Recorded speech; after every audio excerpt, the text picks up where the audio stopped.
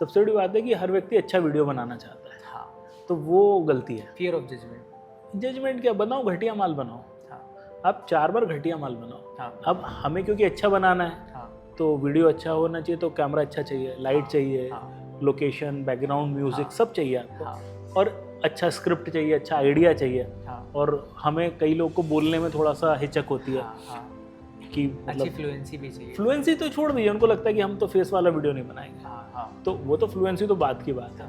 तो अब हो क्या रहा है कि इस चक्कर में, अच्छा बनाने के चक्कर में आप बनाते ही नहीं हैं, हाँ तो आपको आदत डालनी है घटिया बनाने की। ऑनेस्टली आप कहें मैं तो घटिया ही बनाऊंगा। हाँ, उनको या राइटर्स ले लो या किसी भी क्रिएटिव फील्ड में अगर कोई बंदा काम कर रहा है तो इसमें एक टर्म आता है क्रिएटिव ब्लॉक, जी, जहाँ पे राइटर्स ब्लॉक, राइटर्स ब्लॉक, जी। क्रिएटिव ब्लॉक्स, आप जी, इसको जी। मतलब जो भी क्रिएटिव सेक्टर है वहाँ पे ये चीज़ आती है, फिर हर किसी को फेस करनी पड़ती है। इस चीज़ से कैसे डील किया जा सकता है? You start consuming good content. अच्छा, हाँ, क्योंकि देखिए आप ऑलरेडी एक नेगेटिव ब्लॉक में हैं, हाँ तो आपको अगर बाहर निकलना है तो पहले थोड़ी एक्सरसाइज वगैरह कर लीजिए, तो थोड़ी अंदर की नेगेटिविटी निकलेगी।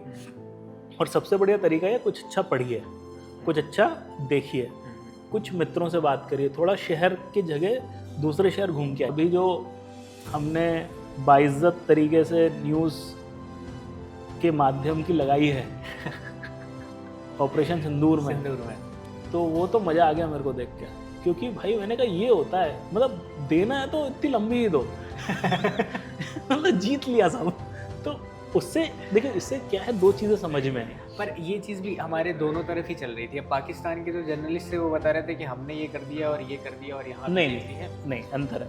पाकिस्तान के पॉलिटिशियन बता रहे थे हमने क्या कर दिया, हमारे जर्नलिस्ट बता रहे थे। ठीक है। हमारे यहाँ पे युद्ध जर्नलिस्ट लड़ रहे थे। हाँ आपके क्या विचार हैं इस चीज़ पे कि हमारी जनरेशन आजकल बहुत ज़्यादा कमज़ोर है और बहुत ज़्यादा सेंसिटिव है किसी भी तरह के रिएक्शन को लेकर के? इसका मुझे ऐसा लगता है कि सोशल मीडिया अगर लोगों को बढ़ावा देता है तो सोशल मीडिया आज के टाइम पे दो धारी तलवार है। जितना ज़्यादा वो आपको प्लेटफॉर्म दे रहा है, आपको एक्सप्लोर करने के लिए जगह प्रोवाइड कर रहा है, उतना ही ज़्यादा कहीं ना कहीं वो आपको डिमोटिवेट भी कर रहा है और वो कहीं ना कहीं आपको इनकम्प्लीट फील कर रहा है। So hi guys, this is Rahil Khan and this is the 4th episode of Rahil talks. You guys might be wondering कि आज मैं फ़ोन से अपना इंट्रोडक्शन क्यों रिकॉर्ड कर रहा हूँ, क्योंकि जो आज के हमारे गेस्ट हैं उन्होंने इस पूरे पॉडकास्ट के थ्रू हमें सिखाया है कि आपके पास अगर अच्छे रिसोर्सेज अवेलेबल नहीं है वो मैटर नहीं करता है, पर अगर आप कंटेंट बना रहे हैं, आप कंसिस्टेंट हैं,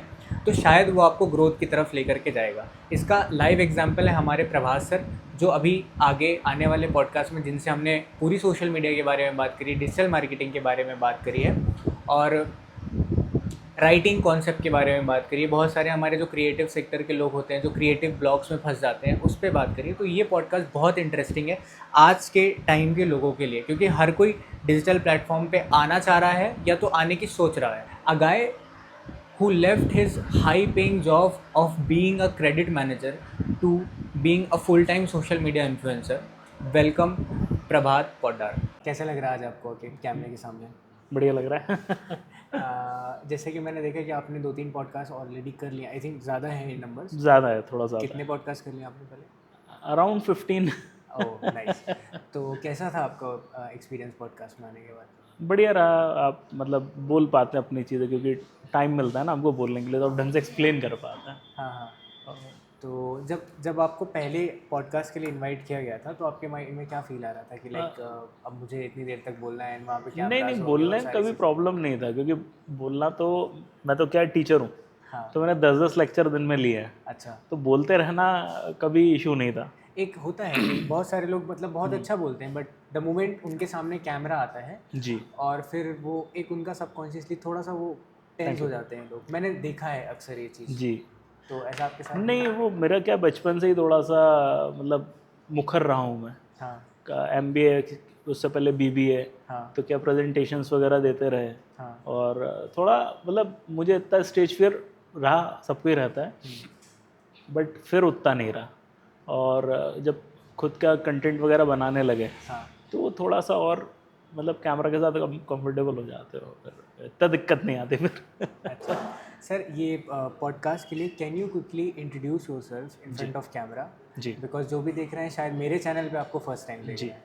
तो मेरा नाम प्रभात पोद्दार है और मैं स्टेट बैंक ऑफ इंडिया में काम करता था। हाँ तो मैंने state bank of Saurashtra, state bank of India, हाँ। इनमें टोटल 7.25 साल नौकरी की। क्या क्या पोस्ट थी सर आपकी? मेरी देखिए वो तो पोस्ट चेंज होती रही। Okay, okay. जो लास्ट में 3 साल था I was a credit manager, तो जो लोन देने का काम करता है ना, जो इंडस्ट्रियल लोन का काम करता है। हाँ तो मैं मोरबी में था, 750 करोड़ के आसपास का मेरा पोर्टफोलियो था तब। हाँ उसके बाद जब मैंने बैंक छोड़ा, हाँ क्योंकि बहुत I was feeling a lot of pressure, हाँ। तो मैं फिर वापस आया। मैंने share trading, stock trading, derivative trading चालू की। अच्छा, आप ट्रेडिंग में भी फिर हाँ entry था, किए? हाँ 1.5 साल में मैं बैंकरप्ट हो गया, तो आई लॉस्ट एवरीथिंग। और 1-1.5 महीने घर में ही पढ़ा रहा। फिर मैंने पढ़ाना चालू किया हाँ महिंद्रा एजुकेशन में। हाँ और उस टाइम फिर मैंने एक अपनी शॉर्ट स्टोरी कलेक्शन की बुक पब्लिश करी, हाँ। एक मतलब सेल्फ पब्लिश थी। फिर ड्यूरिंग, पहले क्रेडिट मैनेजर, जी देन ट्रेडिंग, जी, देन फिर राइटर। बीच में पढ़ा भी रहा था ना। ओके। उसके बाद हम लोगों ने ड्यूरिंग कोरोना हमने अपना खुद का कोचिंग चालू करके बंद किया। इन बिटवीन फिर क्या मैंने, आप सब्जेक्ट, क्या सब्जेक्ट आप मैं economy, finance, banking, current affairs ये पढ़ाता था। और कॉफ़ी नहीं? जी थैंक यू। तो उस टाइम मैंने जब पढ़ाना चालू किया, उसके बाद मैंने बुक पब्लिश करी शॉर्ट स्टोरी कलेक्शन। फिर हमने अपना खुद का कोचिंग खोला, बंद किया। फिर एक कंपनी थी, स्टार्टअप था, उसके लिए डिजिटल का काम चालू किया। Digital age in digital age in content creation, कि उनके digital marketing? Not marketing but content की एड्स बनाते थे, या उनका कैंपेनिंग कैसा होगा। तो एक रैंडम मिल गया था वो, थ्रू एंड थ्रू मिल गया था। एट दैट टाइम यूट्यूब चालू किया। हाँ फिर हमने शॉर्ट फिल्म्स बनाई, करीबन 30 शॉर्ट फिल्म्स मैंने और मेरे फ्रेंड ने मिलके बनाई। ओके। उसके बाद इंस्टाग्राम चालू किया, हाँ।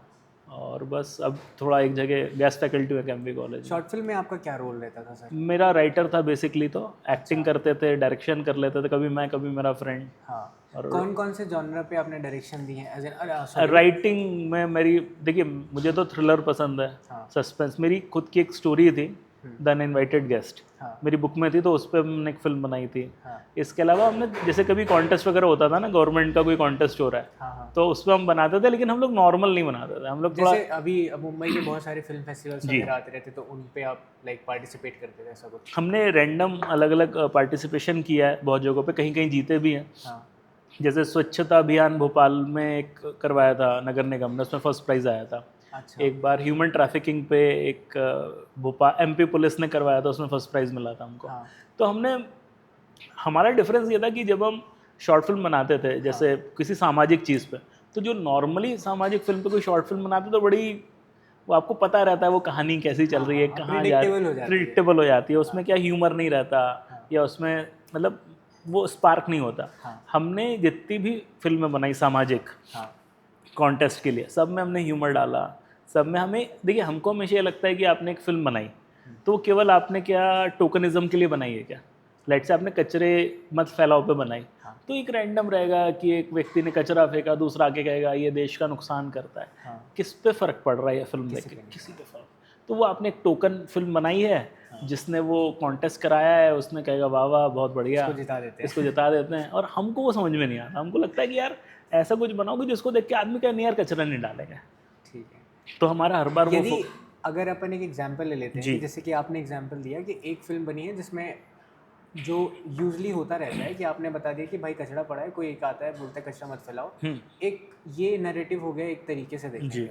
लेट्स से अगर आपको मौका मिलता है जी सेम टॉपिक पे फिल्म बनाने का, आप उसको उससे डिफरेंट कैसे लेके आओ? तो हमने जो बनाई थी, मैं आपको उसी की स्टोरी बता देता हूँ। तो स्टोरी ये है कि 2 लड़के हैं, वो एक वॉक कर रहे हैं और वो ऐसा जेब में ऐसा हाथ ऐसा बचा बचा के जा रहे हैं। तो अब और 2 लड़के उनको ऑब्जर्व कर रहे हैं। तो अब आदमी को लगेगा कि इनकी जेब में कुछ पैसा है, और वो जो 2 गुंडे हैं इन 2 लड़कों को ऑब्जर्व कर रहे हैं। फिर अगले दिन फिर वही होगा, वो लड़के जाएंगे, फिर वो ऐसे जेब को ऐसा संभाल के जा रहे हैं, वो 2 लड़के उनको फिर ऑब्जर्व करें कि ये गुंडे हैं, अपन को ऑब्जर्व कर रहे हैं। तीसरे दिन ये उनके पीछे पीछे जाएंगे, ये गुंडे जो 2 गुंडे हैं सो कॉल्ड, ये उन 2 लड़कों के पीछे जाएंगे, और ये 2 लड़के कचरेदान के पास खड़े होंगे और जेब से कचरा निकाल के कचरे में डालेंगे और कहेंगे हम पन्नी का इस्तेमाल नहीं करते, स्वच्छ भारत अभियान। अच्छा। तो this is the first twist. तो सामने वाला कहेगा हम भी जानते हैं, बट तुम 3 दिन से सूखे कचड़े को गीले कचड़े में डाल रहे हो। हम ये ऑब्जर्व कर रहे थे, फिल्म का नाम ऑब्जर्वेशन था, तो हमने यार डबल ट्विस्ट खेला। Now this is humour. यहाँ पे हमने सेग्रीगेशन की बात कर ली। मैं आपको एक दूसरा बताता हूँ, हमने एक रिसेंटली एक और फिल्म बनाई थी, वो खैर ये नहीं जीती वाली फिल्म। इट डजंट मैटर, हमको हाँ, तो नैरेटिव चेंज कैसे हो रहा है वो तो देखना है। अब जैसे वो थी, it was about environmental damage and everything पे थी। तो उसमें क्या, एक हस्बैंड अपनी वाइफ से कहता है कि क्या गिफ्ट चाहिए तुमको। तो वो कहती है कुछ ऐसा गिफ्ट दो जो जन्म जन्म तक चले।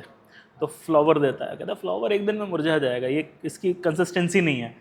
तो वो उसको बुक देता है, वो बुक बोलता फट जाएगी। वो उसको टेडी देता है, बोला टेडी ये हो जाएगा वो हो जाएगा। तो लास्ट में उसको प्लास्टिक की बोतलें देता है, कहता है तुम और मैं खत्म हो जाएंगे। ये खत्म नहीं होगा, ये सबसे ज़्यादा ये। हाँ, तो ये जन्म जन्म का साथ करके हमने फिल्म बनाई थी। देखिए हम बात वही कर रहे हैं कि प्लास्टिक वेस्ट से प्रॉब्लम है, लेकिन हम उसको ह्यूमर। ये राइटिंग की इंस्पिरेशन कैसे आती है sir? Because there are lot of writers जो लिखते हैं, उनकी स्टोरीज थोड़ी मतलब लिखने के लिए लिख दिया, कंप्लीट कर दिया। आपको प्रेम होना चाहिए प्रोसेस से, आपके मन में होना चाहिए कि यार मैं कुछ अच्छा लिखूंगा नया लिखूंगा। मैं एक एग्जांपल देता हूँ, मैंने क्यों लिखना चालू किया, मैं आपको वो बता सकता हूँ। मेरी बचपन से बड़ी इच्छा थी फिल्म मेकर बनने की। 10वीं 12वीं क्लास में गलती से एक मैंने ड्रामा किया था स्कूल में, एक्टिंग की थी उसमें, तब से मुझे लगा यार बढ़िया। सर जब बात फिल्म मेकर की आती है जी, तो इस टर्म को बहुत सारे लोग मतलब अलग अलग तरीके से देखते हैं। अब एक फिल्म मेकर है, हो सकता है वो सिनेमेटोग्राफर भी हो, फिल्म मेकर है, हो सकता है वो डायरेक्टर भी हो, क्योंकि सभी अपने आप को फिल्म मेकर ही बताते हैं। फिल्म मेकर जो हमारा पर्सपेक्टिव है, जो ओवरऑल मतलब जो एक पूरा प्रोजेक्ट साथ में लेके चल रहा है, प्रोड्यूसर हो सकता है, डायरेक्टर हो सकता है। तो वो उसमें मोस्ट प्रोबेबली हम लोग फिल्म मेकर, हम प्रोड्यूसर या डायरेक्टर को नॉर्मली अपने मेरे पर्सपेक्टिव को वो देखते हैं। हाँ, हमारी पर्सपेक्टिव से फिल्म मेकर वो है कि जो या तो पैसा लगा रहा है, जो वो खुद इन्वॉल्व नहीं है, कहता पैसा वाला, हम फिल्म मेकर, हमने फिल्म बनाई है ना। तो मतलब सबके अपने पर्सपेक्टिव हो सकते हैं। तो 12वीं क्लास में ड्रामा किया था, तो उसमें गलती से एक्टिंग का अवार्ड मिल गया, तो बनने का ये अपना फील्ड है। अच्छा, जहाँ पहली बार सक्सेस मिले वो सक्सेस मिले, लेकिन अपन को मालूम था अपना हीरो मटेरियल नहीं है अपन ना। तो मन था डायरेक्शन का, बहुत मन था, लेकिन डायरेक्शन आपसे कोई क्यों करवाएगा, आपको इतने टैलेंटेड हो नहीं हो तो किसी को पता थोड़ी है, करोड़ों रुपए की फिल्म बनती है, बिल्कुल nobody is going to give you that kind of amount. तो जब मैं बैंक में था तो मैंने शॉर्ट स्टोरीज लिखनी चालू कर दी। अच्छा, सोचा कि कभी हो सकता है इनमें से किसी को फिल्म बन जाएगी। वो उसके पीछे का लॉजिक था कि अपन डायरेक्शन तक पहुँचेंगे तो कैसे पहुँचेंगे, तो कहानी से बन जाए। तो वहाँ से मैंने कहानियाँ लिखनी चालू की।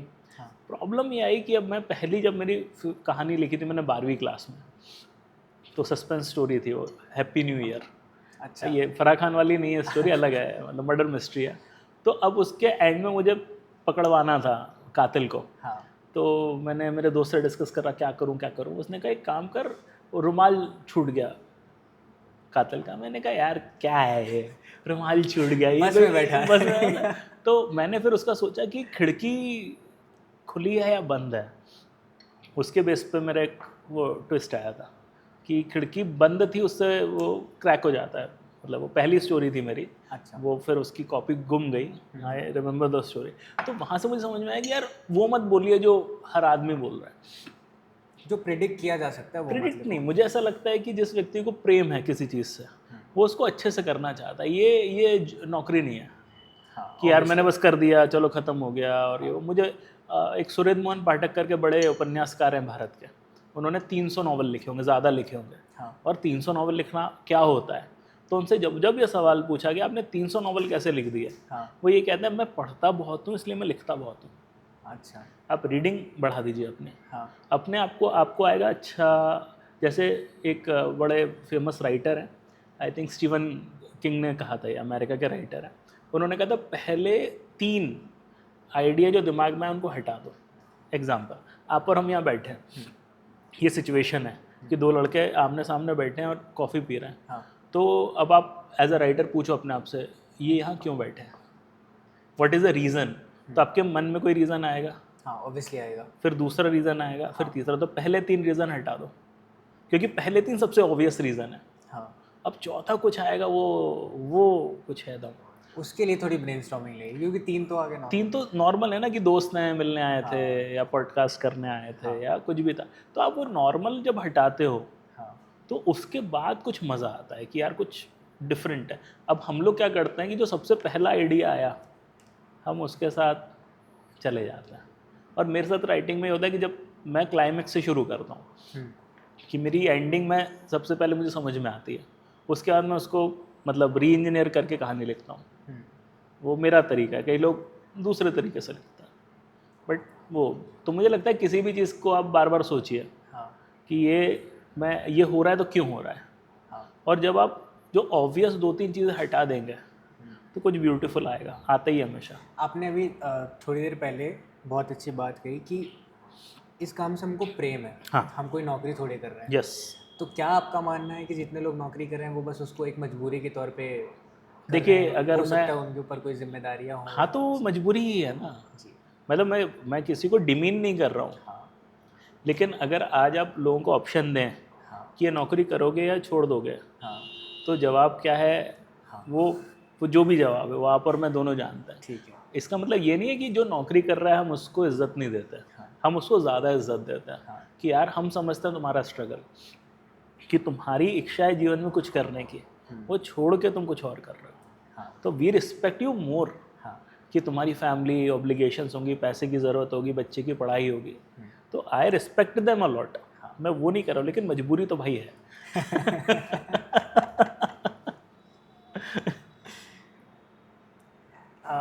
अभी रिसेंटली आप सोशल मीडिया में काफ़ी वायरल हुए। जी। तो ये एक क्रेडिट मैनेजर, फिर टीचर और फिर फिल्म मेकर में राइटर से सोशल मीडिया में आने का ये ट्रांजिशन कैसे हुआ? क्या मोटिवेट किया आपको ट्रांजिशन के लिए? फेलियर्स। देखिए बेसिकली क्या होता है आप समझो, इसमें आपने वो चीज़ें नहीं बताई जहाँ पे मैं फेल हुआ। हाँ मैं स्टॉक मार्केट में फेल हुआ, हाँ मैं इमोशनली 2 जगह फेल हुआ, हाँ। मैं बहुत जगह फेल हुआ। इमोशनली ऐसे?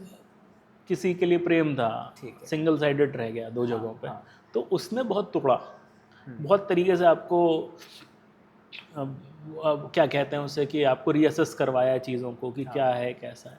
तो वो उसने मतलब बहुत चीज़ें, सबसे ज़्यादा आपको वो चीज़ सिखाती है कि यार मतलब इमोशनली डैमेज जो चीज़ हुई उसके बाद रीबिल्ट हुए। पहले इमोशनली डैमेज हुआ, फिर धीरे धीरे अपने टुकड़े जोड़े वापस, फिर समझ में आया कि यार ये हालत तो बहुत लोगों की होगी। कौन इमोशनली डैमेज नहीं है? स्टॉक मार्केट में पैसा ज़ीरो हो गया, 1.5 महीने घर के बाहर नहीं निकला मैं, हाँ। चाय पीने के पैसे नहीं थे। कितना कितना अमाउंट था सर जो? 30-35 लाख। 30-35 लैक्स। हाँ, मतलब ओवरऑल, मतलब जो ग्रेचुइटी प्रोविडेंट फंड मिला था बैंक से, थोड़ा मम्मी पापा का पैसा सब निकल गया सब था। लगा दिया। तो पूरा आपका आत्मसम्मान खत्म हो जाता है, आपका जो सेल्फ वर्थ है ना वो सब खत्म हो जाता है। तो हम में समझ में आया कि जब सेल्फ वर्थ खत्म होता है तो आदमी कैसा फील करता है। और आज इस टाइम अभी अपन दोनों बैठे हैं, इस देश में, इस दुनिया में ऐसे हज़ारों बच्चे होंगे, लड़के लड़की, जिनका आत्मसम्मान अभी जीरो होगा, जीरो पे होगा। नेगेटिव होगा।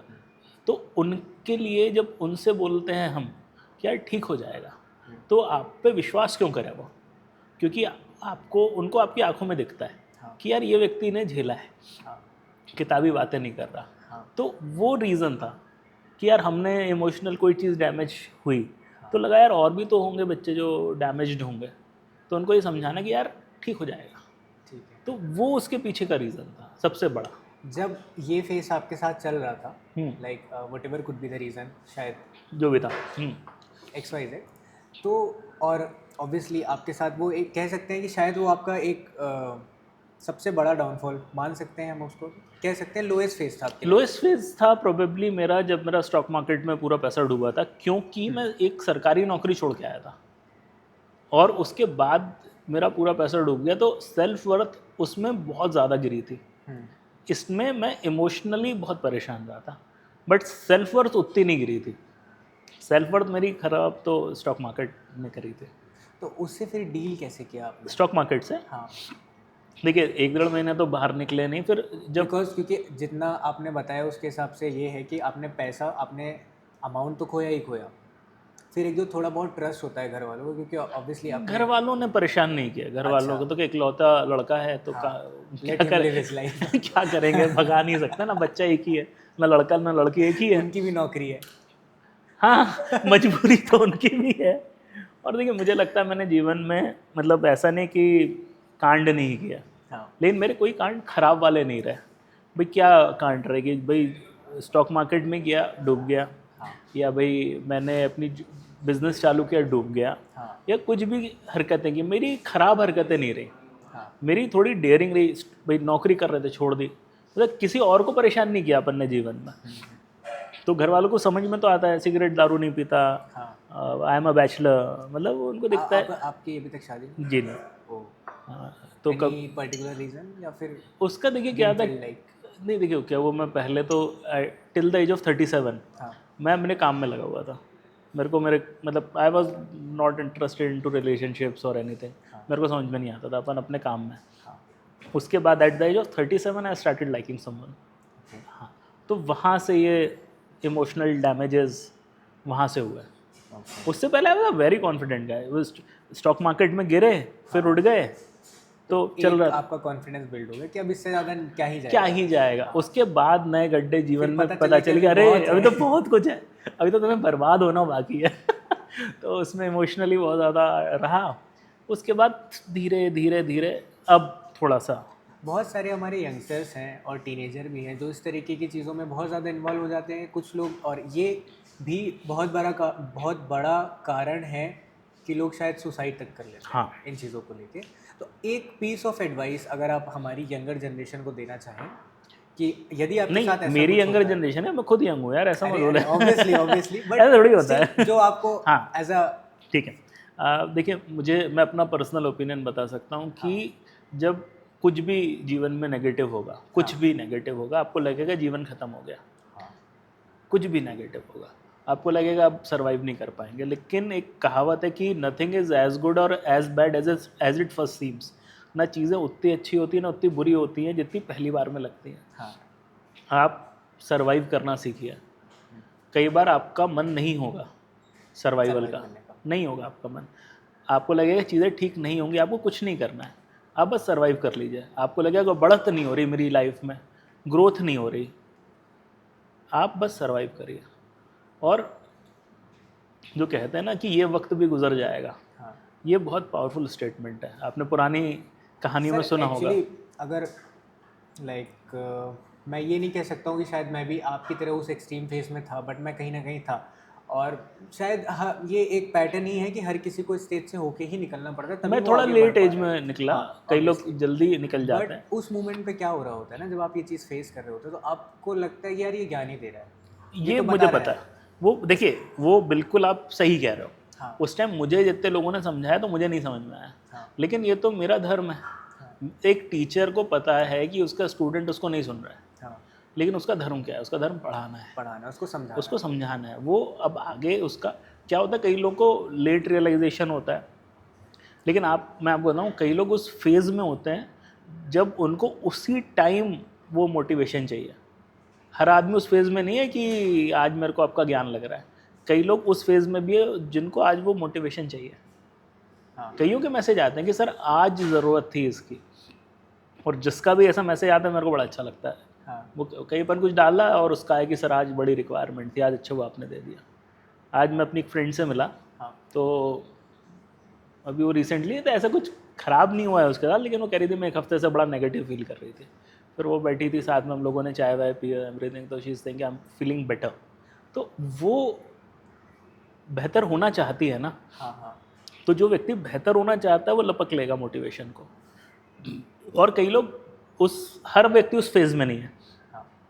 तो भाई जो है कम से कम उसको तो हाथ बढ़ा के थामा जाए। सही बात है। जो नहीं है बेचारा वो हो सकता है और एक महीने फिर बाद आएगा। डिपेंड भी करता है कि कितने लोग कोशिश करना चाहते हैं आगे बढ़ने के लिए। होता है, देखो आपके पास मटेरियल अवेलेबल होना चाहिए। कल उसका मन ठीक हुआ हाँ तो उसको पता होना चाहिए कि यहाँ जाना है। हाँ obviously. Sir coming back to social media, अभी मैं देख रहा हूँ कि मैं आपका बहुत रेगुलर फॉलोअर तो नहीं हूँ, टू बी वेरी ऑनेस्ट। हाँ हाँ, मैं कोई आपको दिक्कत नहीं। अराउंड 2-3 महीने से फॉलो कर रहा हूँ। ठीक है। एंड मैंने फर्स्ट चीज़ नोटिस करी कि जब मैं आपके अकाउंट पे गया तो मेरे बहुत सारे फ्रेंड थे, कॉमन फ्रेंड थे जो आपके म्यूचुअल में शो हो रहे थे। And I reach out to them और मैंने उनसे पूछा कि भाई आप जानते हो क्या उनको? उन्होंने बोला नहीं जानता। मैंने बोला फॉलो क्यों कर रहे हो फिर? ठीक है। तो उनका ये क्या, ये जो कहते हैं इससे कई बार बहुत ज़्यादा रिलीफ मिलता है, कई बार बहुत ज़्यादा नॉलेज मिलती है, और मैं देखता हूँ कि बहुत ज़्यादा फ्रीक्वेंटली एक्टिव रहते हैं। हम ग्रोथ पे बाद में आएंगे। पहला सवाल मेरा ये है कि इतनी ज़्यादा चीज़ें सोशल मीडिया पे आप फ्रीक्वेंटली लाते कहाँ से हैं? देखिए मज़ा आता है मुझे। ऑनेस्ट आंसर तो ये है कि मैं भाई जैसे आपने देखा होगा कि मेरा बहुत एडिटेड कुछ नहीं होता मेरा, हाँ, रॉ बिल्कुल होता raw है, content रॉ होता है। कंटेंट है। तो मुझे एडिटर की ज़रूरत नहीं है, मैं कैमरा यूज़ नहीं करता, मैं तो मोबाइल से कर लेता हूँ। हाँ। तो I can deliver my next content in 2 minutes. मैं यहाँ पे कुछ कंटेंट आपके सामने शूट करके अभी अपलोड कर सकता हूँ। हाँ, अब आपने कहा कि कहाँ से आता है, कहाँ से आता तो है? कुछ पुरानी कहानियाँ हैं हाँ, जो याद आए, कभी कभी आपसे बात करके कुछ याद आ जाएगा, हाँ, कभी आज का कोई अनुभव होगा हाँ, जो शेयर हो जाएगा, कभी किताबें पढ़ लेते हैं, कभी इंस्टाग्राम पे ही कोई अच्छी रील देख ली, यूट्यूब पे कोई टेड टॉक देख लिया। तो वो कोशिश करते रहते हैं कुछ अच्छा मिलता रहे, और मिलता है तो डाल देते हैं उसे। तो बट अगर मैं और भी कंटेंट क्रिएटर्स को देखूँ तो बहुत ज़्यादा जॉनर स्पेसिफिक होते हैं लोग। फर्स्ट ऑफ ऑल मैं अगर आपके कंटेंट देखूँ तो आपका कई बार बिजनेस से आ जाता है, कई बार लाइफ साइकोलॉजी से आ जाता है, और मतलब बहुत मेरे वास्ट। मेरे 6 पेज हैं। अच्छा। आप शायद एक पेज को हाँ, जानते मैंने हैं, अभी आपको आपने मेन पेज को देखा होगा, प्रभात डॉट भोपाल हाँ, को। हाँ, तो उसमें बिजनेस है, मेंटल हेल्थ है, हाँ, मोटिवेशन है और क्रिएटिविटी वगैरह है। इसके अलावा एक लैंग्वेज पे पेज है, एक हाँ एक बिजनेस एंड फाइनेंस पे पेज है, अच्छा, एक फिल्मों पे है, एक बुक्स पे है। हाँ। तो I like to talk about a lot of things. आपने अभी अपने इंट्रो में भी मेंशन किया था कि आपने कभी एक डिजिटल मार्केटिंग स्टार्ट करी, ठीक हाँ है? Not fully fledge but somehow आपने हाँ स्टार्ट करी, किया था, ठीक है? तो और आज के टाइम पे डिजिटल मार्केटिंग का बहुत ज़्यादा ट्रेंड चल रहा है। बिल्कुल। आप एक शहर में देखेंगे हर कोई बंदा अपनी एक एजेंसी चालू करने के लिए बैठा हुआ है, ठीक बिल्कुल है? है। वेदर उसको नॉलेज हो ना हो। और आजकल डिजिटल मार्केटिंग एजेंसी के नाम पे क्या हो रहा है कि आप किसी ब्रांड को अप्रोच करते हैं, लोकल ब्रांड को, एंड आप प्रॉमिस करते हैं कि आप उनको मंथली, क्योंकि मंथली बेसिस पे काम होता है, तो आप उनको मंथली 5 ग्राफिक के पोस्ट, 10 रील, ये हम या डिलीवर जो कर भी देंगे। XYZ है। हाँ। हाँ क्या ये अप्रोच होनी चाहिए अगर कोई डिजिटल मार्केटर आपके पास आ रहा है तो? देखिए, मुझे जो पर्सनली लगता है कि व्यक्ति आपके पास आया क्यों है, पहले सवाल उनसे आपको ये पूछना पड़ेगा ठीक है। कि भाई जैसे कोई भी, जैसे ये है, हम जहाँ बैठे हाँ, हैं, द है ना, Bhopal canteen. The Bhopal canteen में हम बैठे हैं। तो अब ये आपके पास आए, इन्होंने कहा कि आप मेरा कंटेंट क्रिएशन करो। हाँ, तो पहले आप उनसे पूछो आपका लक्ष्य क्या है। तो ये हो सकता है वो कहें कि मैं चाहता हूँ लोग अवेयर हो जाए मेरे ब्रांड के बारे में। हाँ, एक हो सकता है मैं चाहता हूँ वॉक इन बढ़ जाए, सेल्स बढ़ जाए। हाँ। तो पहले आपको ये पता होना चाहिए। तो मैक्सिमम लोग तो यही चाहते हैं ना, सेल्स बढ़ जाए। सेल्स बिल्कुल मतलब सीधा बेसिक, सीधा, हाँ, नहीं नहीं, रूल। कोई कोई होता है वो कहता है भाई मेरे को थोड़ा सा बस मेरा नाम हो जाए। हाँ, हाँ, जैसे अवेयरनेस चलाना अवेयरनेस है। ठीक मेरा मेरा फ्रेंड है, हमने उसका भी किया था कुछ टाइम। तो उससे मैंने पूछा क्यों चाहिए, मतलब मैंने उससे भी ये सवाल पूछा। हाँ। तो ये सेड कि यार I want people to know कि दिस कंपनी एग्जिस्ट, हरबोजीत लाइफ करके है उसका। तो हमने उसके लिए बनाया, तो उसके हिसाब से अब बनाते हैं उसका, या मेरा फ्रेंड बना रहा है उसके लिए। तो पहला, लेकिन आप मान के चलो सेल्स चाहिए। सेल्स चाहिए। लेकिन अनफॉर्चुनेटली बहुत सारे डिजिटल क्रिएटर्स का अप्रोच जो है वो अगेन वही वाला है कि ये कचरा पड़ा है, ये कचरा नहीं पड़ा रहना चाहिए था, इस कचरे को हटा दो। तो क्रिएटिविटी इज़ मिसिंग। हाँ, मतलब अगर सेल्स हो भी रही है तो बड़ी, अरे आओ तुमको बहुत अच्छी कॉफ़ी पिलाता हूँ, और वो आपको यहाँ पे ले आएगा। हाँ, तो वो शायद अब थोड़ा सा आपको क्रिएटिव करना चाहिए। कर रहे हैं बहुत सारे लोग, बहुत अच्छा कर रहे हैं। अगर आपने देखा हो कि एक दिल्ली में कोई है क्रिएटर जो वो बनाते हैं शादी के कार्ड, अगर आपने उनके देखे, उनके रील बड़े वायरल हुए थे। अरे वो जो पहले एक किसी इंसिडेंट से हाँ स्टार्ट हाँ कर, हाँ हाँ, अब मज़ा आता है उनको देख के। तो अब वो प्लॉट ट्विस्ट लास्ट प्लॉट में ट्विस्ट देते हैं। तो अब भाई आप सोचिए ना कि मैं इस चीज़ को कैसे इंटरेस्टिंग बनाऊँ। भाई आपको कॉफ़ी पिलानी है, मुझे यहाँ का ऐड करना है कि भाई कॉफ़ी बड़ी अच्छी है यहाँ की। हाँ। तो अब मैं क्या ब्रूटली बोल दूँ, अरे भाई भाई क्या कॉफ़ी है, कर सकते हो। बिल्कुल, वो भी एक तरीका है, वो बिल्कुल बहुत इफेक्टिव तरीका है। मुझसे वो नहीं होता, वो मेरी तकलीफ है। मुझे थोड़ा सा कुछ अलग चाहिए और कुछ इफेक्टिव चाहिए। तो अब कितने लोग उस इफेक्टिवनेस के पीछे भाग रहे हैं वो सवाल है। हाँ। तो बहुत सारे लोग शायद नहीं भाग रहे हैं। और जैसे जैसे कंपटीशन बढ़ेगा, जैसे जैसे अवेयरनेस आएगी किसमें, जो आपको ब्रांडिंग करवा रहा है, हाँ, तो डिमांड वहाँ से बढ़ेगी। तो फिर वो ऑब्वियसली वो सीखेंगे, आपको सीखना पड़ेगा या तो आपको हटना हटना पड़ेगा। पड़ेगा। वही वाली बात। सही। अभी तो क्या बहुत नेसेंट स्टेज है, तो अभी ना मतलब ना कमीशन, मतलब ना काम देने वाले को ना काम लेने वाले को चीज़ समझ में आ रही है। हाँ, हाँ, तभी तो आदमी चाह रहा है बस भाई मैं सोशल मीडिया पे मेरा पेज हो। हाँ। धीरे धीरे मैच्योर होने दो आप। अगर कोई भी बंदा अपनी डिजिटल मार्केटिंग स्टार्ट करने वाला है या उसने ऑब्वियसली कर दिया है, जी। कुछ स्टेप्स आगे बढ़ गया है, तो ऐसी कौन सी चीज़ें हैं जो उसको ध्यान में रखना चाहिए? देखिए, पहले तो ऑब्वियस सी बात है, क्या ट्रेंड्स चल रहे हैं, थोड़ा आप अवेयर रहिए। आप अच्छे पेजेस को फॉलो करिए यूट्यूब वगैरह पे, जो थोड़ा सा इस बारे में कंटेंट ट्रेंड्स का एक मानना ये भी है सर कि हमारे इंडिया में ट्रेंड्स थोड़े बाद में आते हैं, बट फॉरेन कंट्रीज में वो चीज़ें जो चल रही हैं अभी, वही आती है ना। तो 5 साल बाद वो चीज़ हमारे यहाँ पे आ जाएगी। मैं आपसे कहता हूँ कि ऐसे बहुत सारे ट्रेंड्स हैं जो पहले टिकटॉक पे आते हैं, हाँ फिर इंडिया में आते हैं। हाँ तो अब क्योंकि टिकटॉक इंडिया में बैंड है, हाँ तो मान लीजिए आप एक ऐसे व्यक्ति हैं जो अमेरिका या दुबई आते जाते रहते हैं, हाँ तो आप जैसे दुबई जाएंगे, आप चालू कर लो अपना टिकटॉक, देख लो क्या क्या चल रहा है, फिर आप इंडिया आके बना लो, एक एग्जाम्पल। या और भी 100 तरीके हो सकते हैं ना कि टिकटॉक के, क्या आपका कोई फ्रेंड है हाँ यूएस में, आप उससे पूछ लो भाई क्या चल रहा है, वीडियो भेज दे डाउनलोड करके। हाँ ये ट्रेंड एक तरीका है। तरीका। इसके अलावा कि क्या चल रहा है, यानी कि अब जैसे एल्गोरिदम्स चेंज हो रहे हैं, तो आपको थोड़ा आइडिया होना चाहिए कि अब यूट्यूब है, इंस्टा है, वो किस चीज़ को प्रमोट कर रहा है, क्या पॉलिसी हैं थोड़ा सा। या फिर दूसरा देखिए, जैसे मूवमेंट मार्केटिंग बहुत तेज़ चीज़ होती है। मूवमेंट मार्केटिंग क्या होती है सर? मूवमेंट मार्केटिंग ये होती है कि आज मैं एक एग्जांपल दूं, बस्सी को जानते हैं आप? तो बस्सी ने कुछ दिन पहले एक उनका शो में कह दिया, फेस वॉश वाला, उन्होंने बड़ा बोला क्या है जॉन अब्राहम और ये और वो, आपने सुना होगा वो। तो गार्नियर ने उनको और जॉन अब्राहम को लेकर ऐड बना दिया। हाँ। आपने देखा है वर्ड?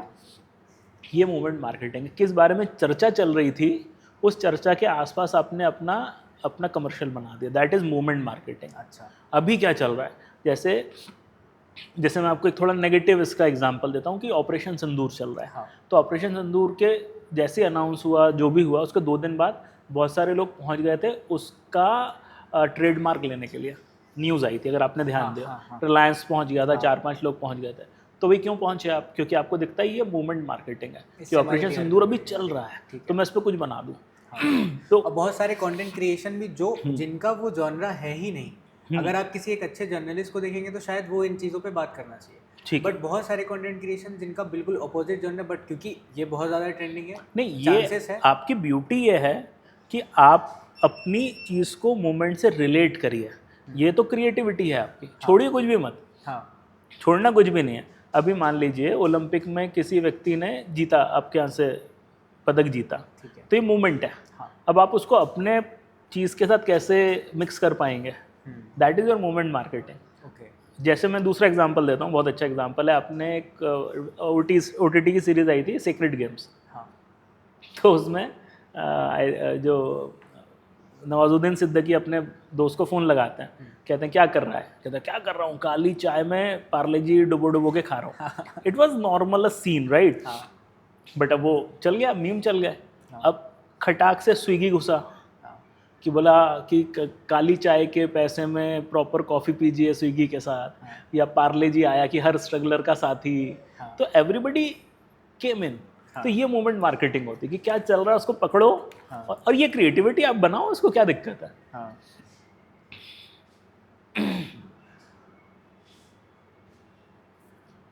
एक क्वेश्चन के लीजिए, या शायद आप भी सोशल मीडिया में बहुत ज़्यादा एक्टिव हैं जी, तो आपने नोटिस किया होगा कि सोशल मीडिया इस समय न्यूडिटी को इतना ज़्यादा प्रमोट क्यों कर रहा है।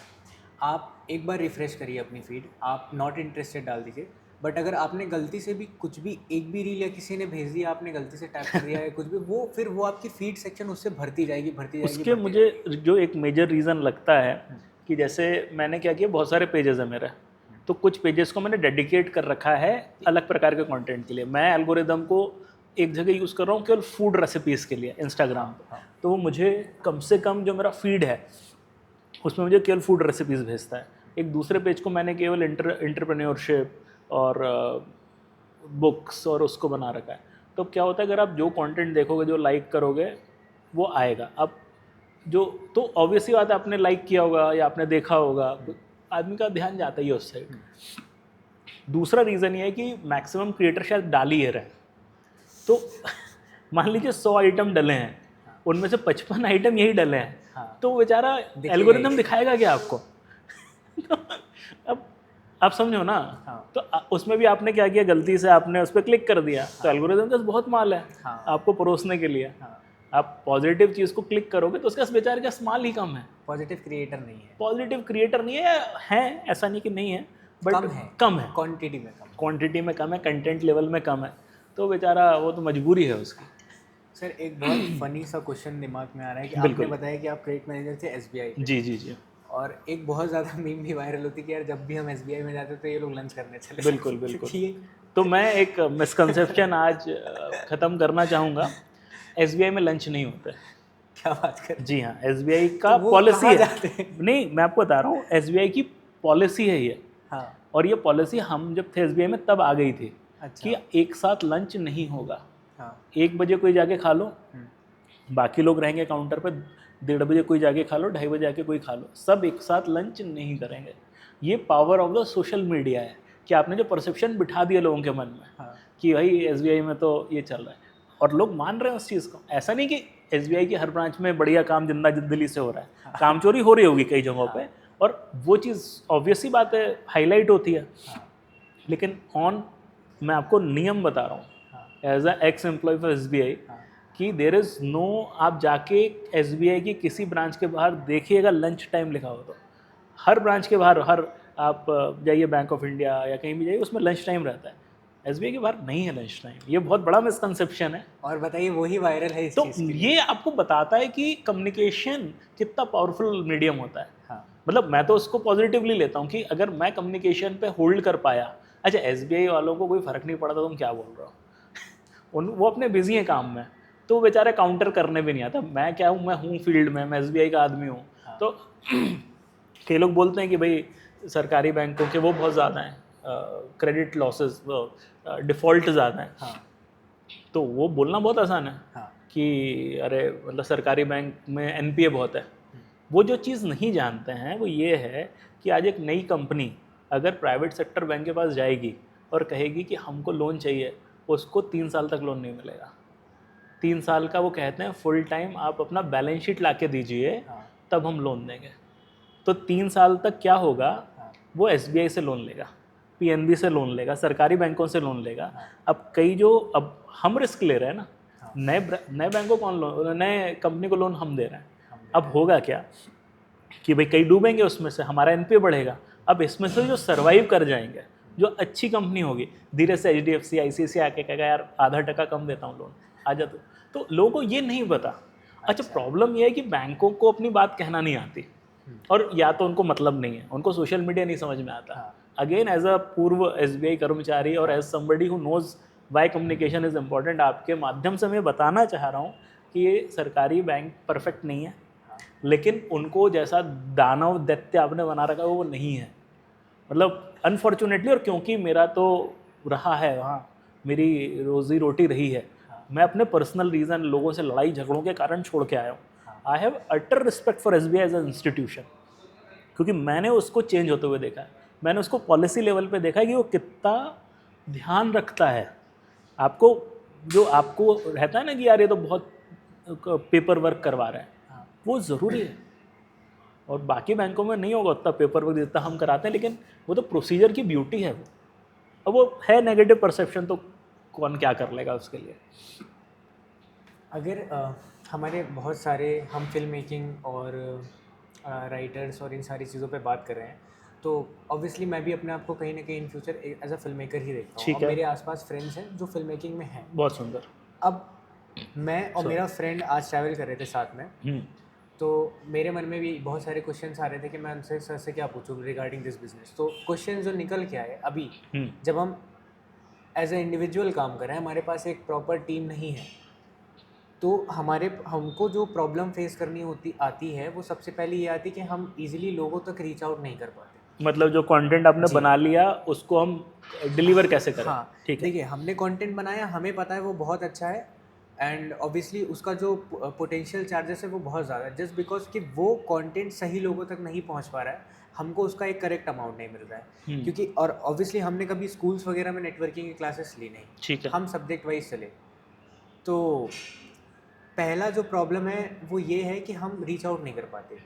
ये नेटवर्क कैसे देखिए, ये सवाल बहुत जेन्युइन है, हाँ, और ये हमने भी फेस किया है। हमको भी लगता है हमारी फिल्में अच्छी थी, हाँ, और ख़ासतौर से जितने बजट में हमने बनाई वो बहुत अच्छी फिल्में थी। हाँ, लेकिन क्योंकि we are not a popular channel, हाँ, तो यूट्यूब पे किसी ने हमको देखा नहीं। हाँ, तो लेकिन इसका जो अपोजिट साइड है वो ये है कि कम से कम आज आप और हम जैसे लेवल के लोग फिल्में बना रहे हैं। हाँ। एक ज़माने में ये प्रिविलेज कुछ बहुत ही चुनिंदा लोगों के हाथ में था, क्योंकि वो महंगा काम था। हाँ। कैमराज बहुत महंगे थे और हज़ारों चीज़ें थी। आज आप और हम सोच सकते हैं। हाँ। और मेरा मानना है आप और हम दोनों ही मिडिल क्लास के लोग हैं। हाँ। और कोई मुंबई में ना आप रह रहे हैं ना मैं रह रहा हूँ, लेकिन हम फिल्में बना रहे हैं। हाँ। तो जीत तो वहाँ गए हम। हाँ। हाँ, डिस्ट्रीब्यूशन इज़ अ इशू, और उसके लिए कोई अच्छा आंसर मेरे पास है नहीं। उसका तरीका यही है कि आप तो बस माल बनाते जाएं, डालते जाएं, और क्योंकि ये सोशल मीडिया का दौर है, और भगवान ने चाहा किसी दिन तो चीज़ें बेहतर होंगी। बाकी नेटवर्किंग के लिए आप ये कर सकते हैं कि अब इंस्टाग्राम पे और यूट्यूब पे, इंस्टाग्राम वगैरह पे लोगों को रीच करिए। मैं बहुत कॉन्फिडेंट उस बारे में हूँ नहीं। सर हमारे अभी देखिए जैसे कि अब आ गया मेटा एड्स। जी जी। तो अब ये भी चीज़ आई सामने कि सामने वाला जो मेरा फ्रेंड है वो बोलता है यार मैं जा रहा हूँ दूसरी सिटी शिफ्ट करूँगा और for the next 15 to 20 days मैं वहाँ रहने वाला हूँ। ठीक है। और मैंने वहाँ पे ऑलरेडी काम किया है, बट मुझे अभी फिर से जो नेक्स्ट 15-20 डेज है उसके लिए काम चाहिए। तो मैं क्या करूँ, मैं कैसे ढूंढूँ लोगों को? अब मैं भी नहीं बता सकता है कैसे ढूंढूँ। मतलब उनको टीम चाहिए? हाँ नहीं, टीम नहीं, क्लाइंट्स चाहिए जिनको वो पिच कर सकें। क्या मतलब किस चीज़ के क्लाइंट चाहिए उनको? आप कमर्शियल वीडियोस बनाते हैं, लेट्स से आप कैफे के अच्छा कमर्शियल अच्छा, वीडियोस ठीक शूट है। करते हैं। वो तो देखो, वो तो उसका तो बहुत सिंपल तरीका है, डीएम करो सबको, ये यहाँ पे रिस्पांस मिल जाएगा।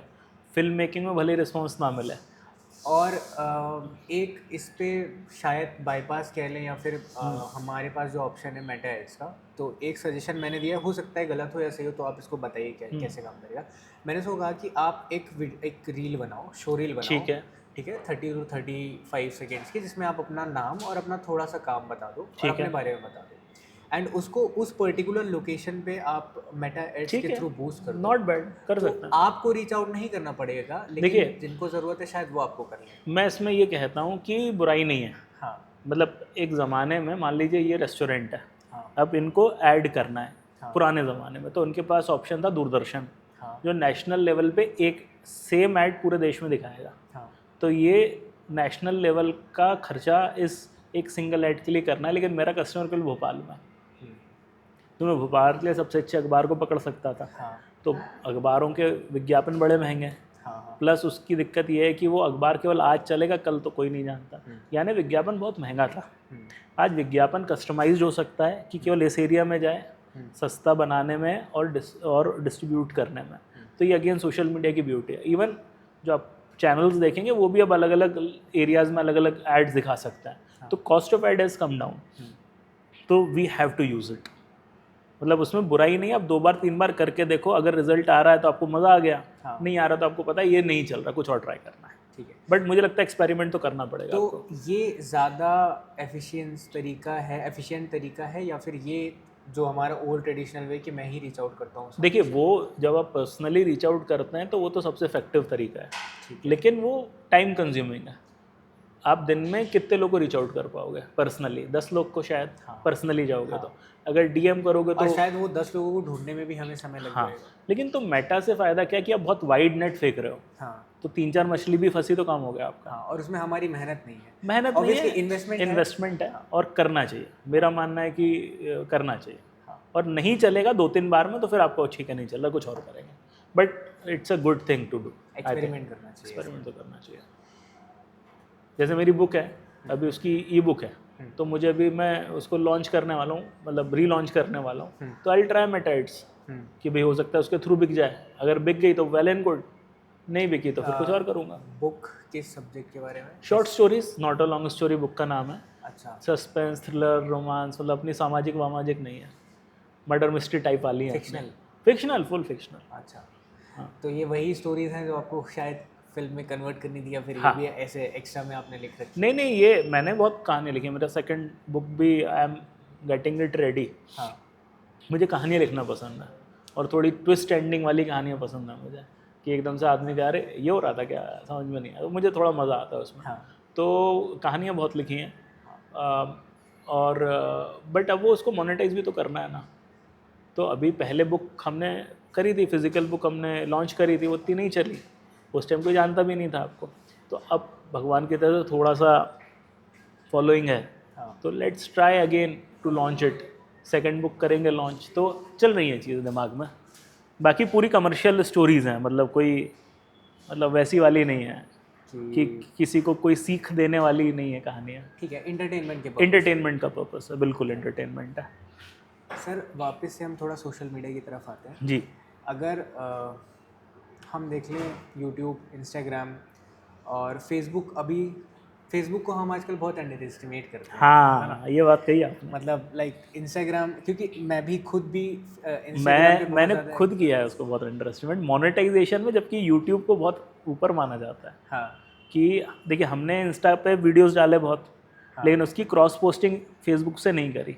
हाँ इतने 2-2.5 साल से अगर क्रॉस पोस्टिंग फेसबुक की होती हाँ। तो हो सकता था फेसबुक मोनेटाइज हो गया होता। क्योंकि फेसबुक पे वो ऑडियंस है जो इंस्टा तक नहीं पहुंच पा रही है देखिए, मेरे हिसाब से। मुझे ऐसा लगता है कि जो quality of content on YouTube Facebook है वो बहुत कमज़ोर है। हाँ हाँ, ये चीज़ भी है। ये चीज़ और है। उसके कंज्यूमर ज़्यादा हैं। हाँ। मुझे ऐसा लगता है कि अगर आप इंस्टाग्राम को कंपेयर करो तो उसमें बहुत ज़्यादा। देखिए, इसको ऐसा मानिए ना, आज अगर हम एज स्पेसिफिक हो जाए तो इंस्टाग्राम को थोड़ा सा मानना जाता है यंग लोगों के लिए, और जो थोड़े से ओल्ड एज हैं हाँ वो सब फेसबुक पे। पे। और ऑब्वियसली तो कुछ यंग भी हैं, हाँ तो ओवरऑल एक अच्छा खासा चंक है जो फेसबुक पे। हाँ तो अच्छा, उनकी डिमांड भी ज़्यादा नहीं है, हाँ, उनको एंटरटेनमेंट उनको एंटरटेनमेंट चल रहा है। अच्छा, मैं ही देखता हूँ कई बार, मैं देखता हूँ इतनी गंदी गंदी फिल्में आती हैं, मैं देख रहा हूँ कि एक बंदा गया किसी मतलब जूते की दुकान में, वहाँ उससे दुर्व्यवहार हो गया। अब मैं इंतज़ार कर रहा हूँ, नहीं ये दुर्व्यवहार जिसने किया है इसको जूते पड़ने चाहिए।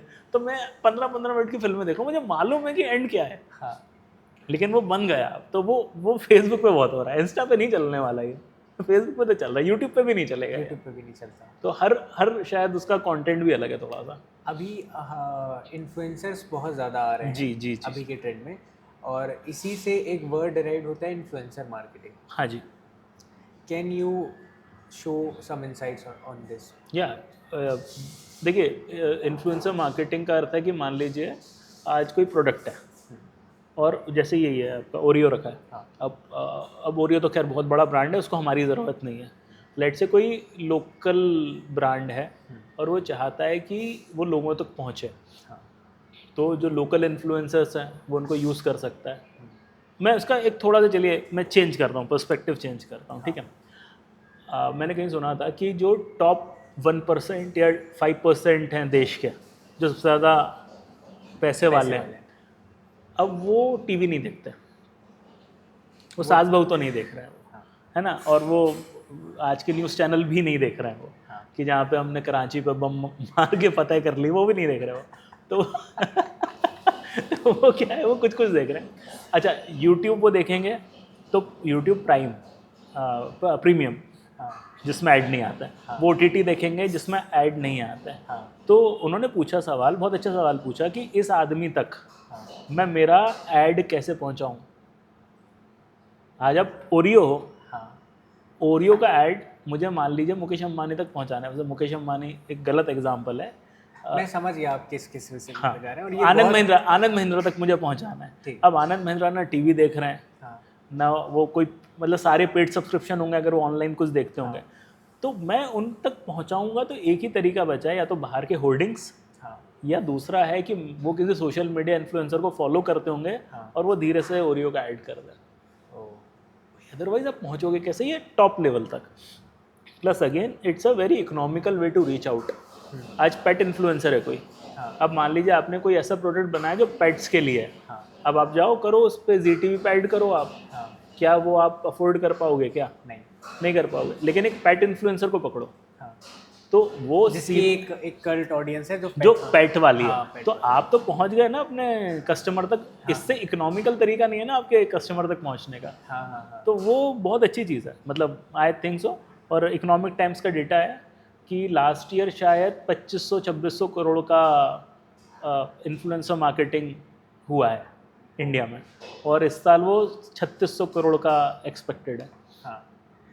अगर अभी जैसे हम इन्फ्लुएंसर मार्केटिंग की बात ही करें, और बहुत सारे इन्फ्लुएंसर निकल के भी आ रहे हैं, आपके कोई फेवरेट इन्फ्लुएंसर हैं जिनको आप देखना पसंद करते हैं जेन्युइनली, जिनका कंटेंट आपको लाइक आपकी लाइफ में कुछ वैल्यू ऐड करता है? देखिए, वैल्यू ऐड करता है तो एक मतलब अलग पॉइंट हो गया। बाकी जैसे ह्यूमर है, तो ह्यूमर में हमने देखा या कि फिर it could be entertainment हाँ तो purpose एक जागृति पाहवा करके हैं, हाँ। उनका मैं फॉलो करता हूँ, उनका अकाउंट मुझे बहुत अच्छा लगता है क्योंकि उनका ह्यूमर बड़ा क्लीन है, हाँ मतलब उनमें वल्गैरिटी और बाकी चीज़ें नहीं, और जब वो एड्स करती हैं तो बहुत इंटीग्रेटेड एड्स होते हैं उनके। जब आधा हो जाएगा वीडियो तो आपको समझ में आएगा अच्छा ये तो विज्ञापन था, वो अच्छा उसमें इतना ह्यूमर वो डालते हैं, मुझे बहुत अच्छा लगता है। जैसे एक बार था उनका कि वो एक नई बहू है घर की, अब वो बेचारी क्या कपड़े धो रही है हाँ और वो फ़ोन पे अपनी फ्रेंड से बोल रही है, बोला क्या है शादी कर ली, कपड़े धोने पड़ रहे हैं, ऐसा वैसा ये और वो, and she is talking through a watch, digital watch, हाँ। है ना। तो सामने वाली फ्रेंड कहती है अरे तेरी घड़ी ख़राब हो जाएगी कपड़े धोने में, बोला नहीं नहीं ये ऐसी घड़ी है जो पानी में ख़राब नहीं होती। So this is a ad, so I loved it कि यार ये होता है तरीका इंटीग्रेट करने का, ह्यूमर कहीं नहीं गया आपका, जो आप जो चीज़ आप डिलीवर कर रहे हो जिसके आपके फॉलोअर्स वो भी है, और वो भी है।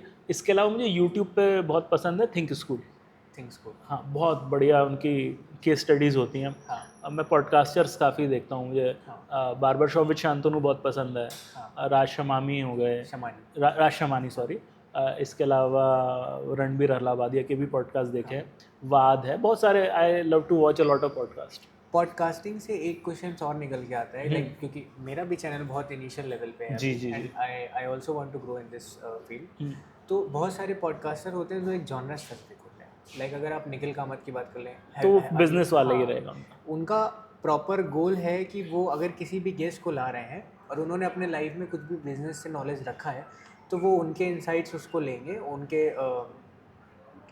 जो भी पीओवीज हैं उनके थ्रू वो ठीक है। सॉल्व करने की कोशिश करेंगे।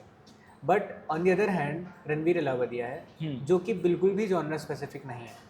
तो व्हाट डू यू थिंक कि दोनों में से ज़्यादा ऑडियंस कौन लेके जाएगा, या फिर हो सकता है किसी के पास क्वालिटी ऑफ ऑडियंस हो और हो सकता है किसी के पास सिर्फ ऑडियंस हो?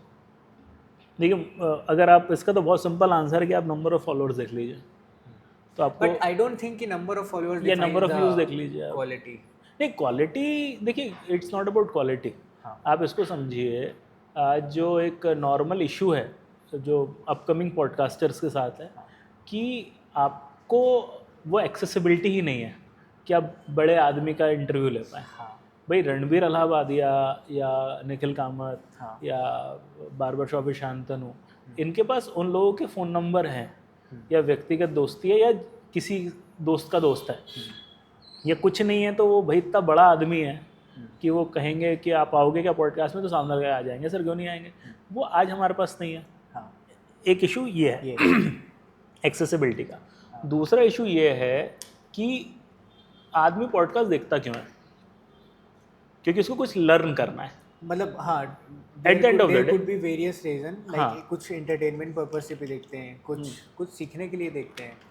तो इसको मान लीजिए सीखने भी है, हाँ लर्न भी करना है, हाँ उसके लिए गेस्ट का मुखर होना बहुत ज़रूरी है, गेस्ट का अपनी चीज़ें रिवील करना बहुत ज़रूरी है। हाँ अब होता यह है कि जो उस लेवल पे गेस्ट आते हैं वो रेडी हैं, क्योंकि उन्होंने इतना एक्सपीरियंस जीवन में कर लिया है और वो सामने वाले के इतनी चॉइस है कि वो बुलाते हैं उस आदमी को जिसको मालूम है कि वो मुंह खोल के बात करेगा। हाँ हाँ अब हमारे लेवल पे दिक्कत क्या है कि अगर आज आपने किसी लोकल बिजनेसमैन को बुला लिया, हाँ बड़ा बिजनेसमैन है जिसको लोग जानते होंगे भोपाल में या कहीं पे भी, लेकिन क्या वो आपको अंदर की बातें बताएगा? क्या नहीं बताएगा, बिकॉज उस पर भी रीज़न है कि हो सकता है वो अपने जो जो स्ट्रैटेजीज या जो चीज़ें उसके लिए रन करें हाँ, वो disclose नहीं लेकिन करना चाह देश में उनके लेवल के 50,000 बिजनेसमैन होंगे। हाँ तो जब राज शमानी शमानी सॉरी मैं उनको हमेशा गलत बोल देता कोई हूँ, राज शमानी जी हैं, अब वो किसी को कॉल करेंगे इन 50,000 में से, तो there is a good chance कि 50 ऐसे उनको मिल जाएं जो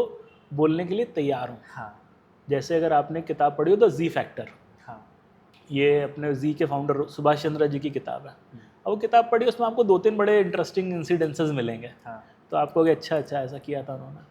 तो पॉइंट ये है कि अब वो तो ओपनली बोल चुके ना 2-3 चीज़ें, हाँ तो अगर अब आप उनको पॉडकास्ट में बुलाओगे तो उनको वो चीज़ें रिपीट करने में दिक्कत नहीं है, हाँ क्योंकि वो तो बोल चुके हैं। हाँ बोल भी चुका है और उनको उस चीज़ पे क्लैरिटी, उनको क्लैरिटी है कि वो वर्क किया है, they have हाँ, जैसे अगर आप पढ़ेंगे इनकी करण जौहर की बुक पढ़ेंगे आप, तो उन्होंने जो भी चीज़ें बताई हैं अब वो तो रिवील कर दी उन्होंने, बहुत सारी चीज़ें जो भी हैं उनकी बताई हैं। तो अब उसके बारे में कोई पॉडकास्टर उनसे पूछेगा तो वो बता देंगे ना, क्या दिक्कत है उनको। लेकिन इसी की जगह एक व्यक्ति है जिसने जो थोड़ा सा हेजिटेंट है, हाँ तो आप उससे गेस्ट ऑब्वियसली गेस्ट, तो अब आपको उनसे कुछ चटकारा, मिर्ची, नमक, नींबू कुछ मिलेगा ही नहीं। हाँ तो कोई व्यूअर आपको क्यों देखेगा? हाँ तो वो वहाँ पे शायद हमारा जो नॉर्मल पॉडकास्ट है वो वहाँ पे सफ़र कर रहा है। तो इट इज़ नॉट अबाउट कि आप एक जॉनरा स्पेसिफिक रहें या पूरे किसी हर चीज़ को कवर करें।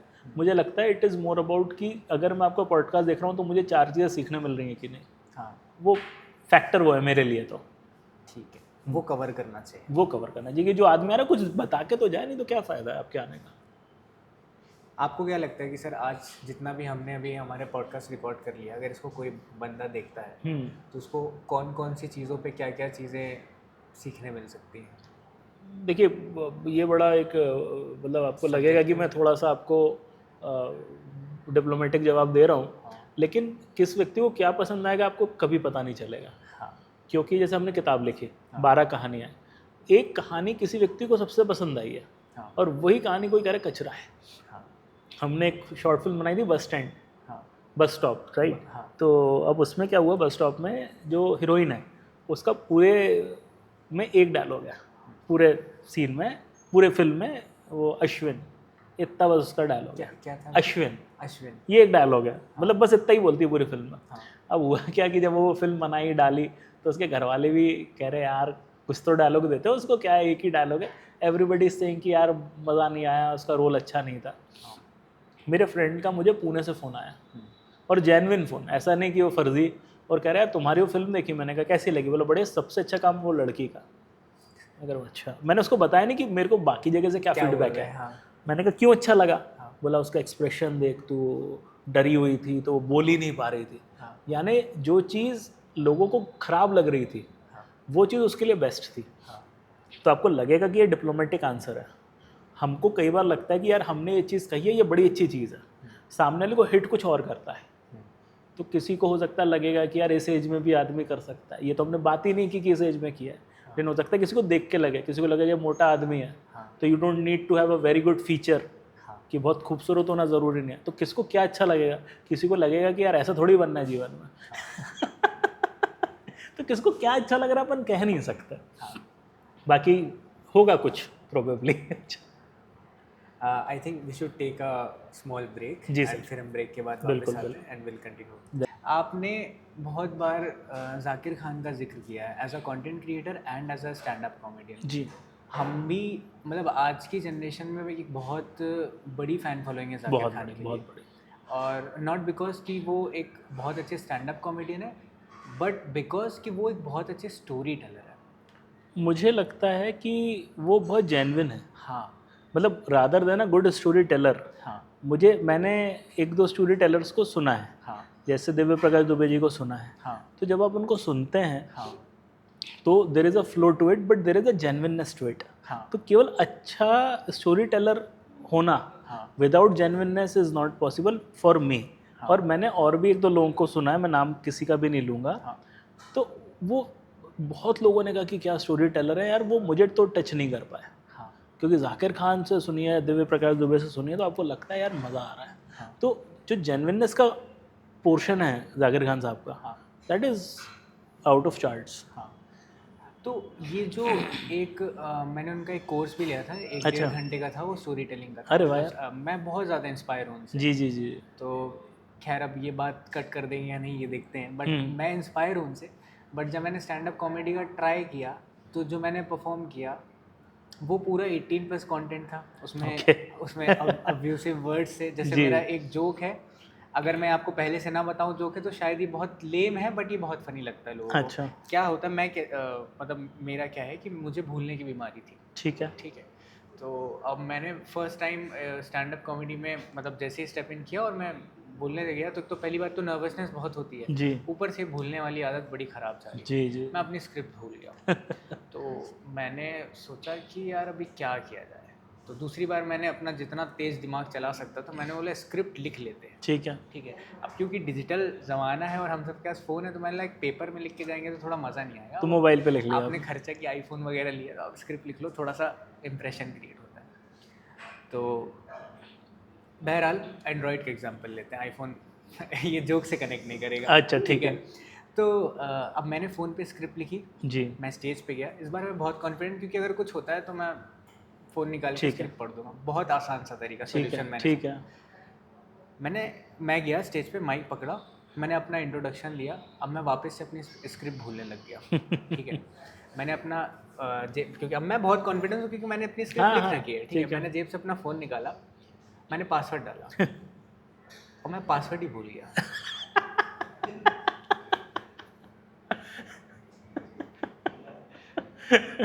तो ये मेरा बहुत लेमेस्ट जोक है, बट नहीं, अच्छा है वो। ये अगर मैं अच्छा किसी को बताऊँ नहीं कि मुझे सच में भूलने की बीमारी नहीं, तो ये चल नहीं, जाता ये है। अच्छा जोक है actually, it's a nice joke. बहुत बढ़िया है ये तो। और आपके क्या विचार हैं इस चीज़ पे कि हमारी जनरेशन आजकल बहुत ज़्यादा कमज़ोर है और बहुत ज़्यादा सेंसिटिव है किसी भी तरह के रिएक्शन को लेकर के? इसका मुझे ऐसा लगता है कि सोशल मीडिया अगर लोगों को बढ़ावा देता है, तो सोशल मीडिया आज के टाइम पे दो धारी तलवार है।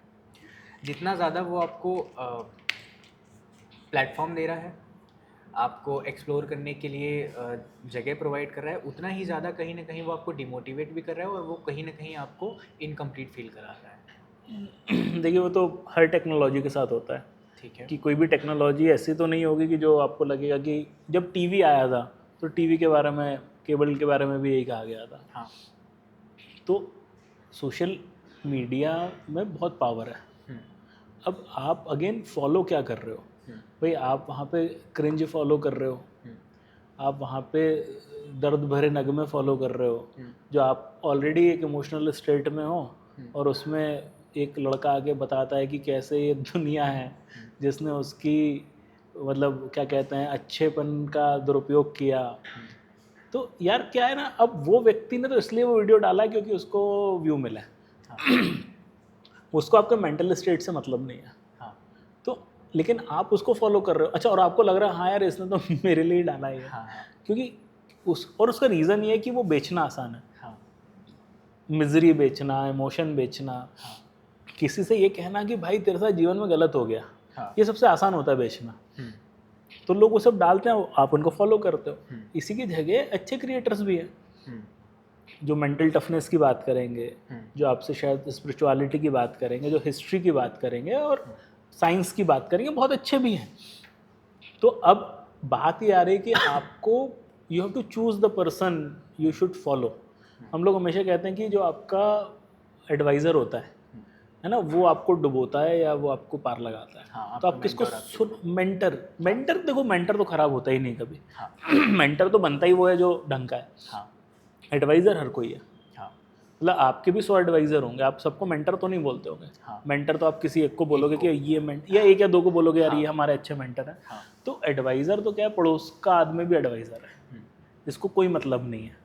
तो अब सोशल मीडिया पे आप किसको फॉलो कर रहे हो वो बहुत इंपॉर्टेंट है। जो आपने एक चीज़ कही कि आज की जनरेशन सेंसिटिव बहुत है, हाँ, क्योंकि उसने बचपन में माँ बाप की पिटाई नहीं खाई, हाँ, कम हो गई बहुत पिटाई, हाँ, है ना। मास्टरों की पिटाई नहीं खाई क्योंकि जेल हो जाती है उसके बाद, हाँ, है ना।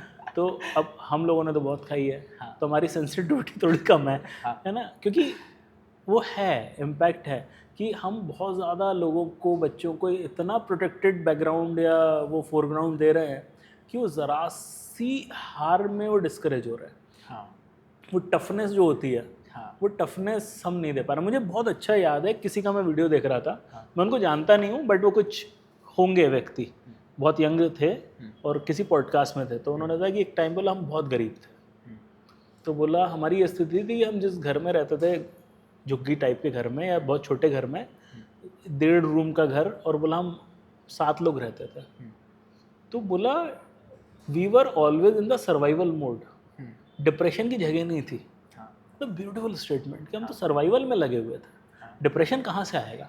तो पॉइंट इज़ कि वो स्ट्रगल ने उनको कहीं ना कहीं सर्वाइवल मोड में डाला। तो थोड़ा स्ट्रगल तो ज़रूरी है। आज हो ये रहा है कि आज कोई बच्चा अच्छा पैसा कमा ले, मतलब वो वहाँ तक पहुँचने से पहले ही ड्यूरिंग द कॉलेज डेज वो उसको मतलब लिकर, शराब या सिगरेट तो मतलब मिनिमम है उसको। तो आपको कोई शरीफ लड़का है केवल सिगरेट दारू करता है, मतलब ड्रग्स आ गए। हाँ, तो अब वो व्यक्ति ने ऑलरेडी अपने अंदर के मैकेनिज्म इतने क्या कहें कमज़ोर कर लिए हैं। हाँ, अच्छा, ऊपर से आप, मैं एक एग्जांपल देता हूँ, जैसे हम जब हम लोग कॉलेज वगैरह में थे, स्कूल में थे, तो जो बुक पढ़ता था उसके पास नॉलेज होता था, लेकिन जो बुक नहीं पढ़ता था उसके पास भी जनरल नॉलेज होता था। उसको पता होता था कि पेले कौन है, या उसको पता होता था मैराडोना कौन है, उसको पता होता था कि एंडीज माउंटेन है, उसको पता होता था। आज स्थिति हो गई कि जो बुक पढ़ रहा है वो तो ठीक है, जो नहीं पढ़ रहा वो तो सफा चट है। उसका रीज़न ये है, आसपास में वैसी शायद आप समझो ना, आज मान लो मुझे पता करना है कि ये बोन चाइना क्या होता है, तो मैं क्या करूँगा, यूट्यूब पे जाके सर्च करूँगा, गूगल पे सर्च करूँगा कि बोन चाइना एक्चुअली मतलब क्या होता है। लेकिन प्रॉब्लम है कि जैसे ही मैं मोबाइल खोलता हूँ मेरे पास 100 रीलें आ रही हैं, 100 यूट्यूब के चैनल आ रहे हैं, तो मैं सर्च कुछ नहीं कर रहा हूँ, मैं फिल हो रहा हूँ बस। तो जो व्यक्ति उसको डिस्ट्रैक्शन को हटा के सर्च कर लेगा वो कुछ सीख लेगा।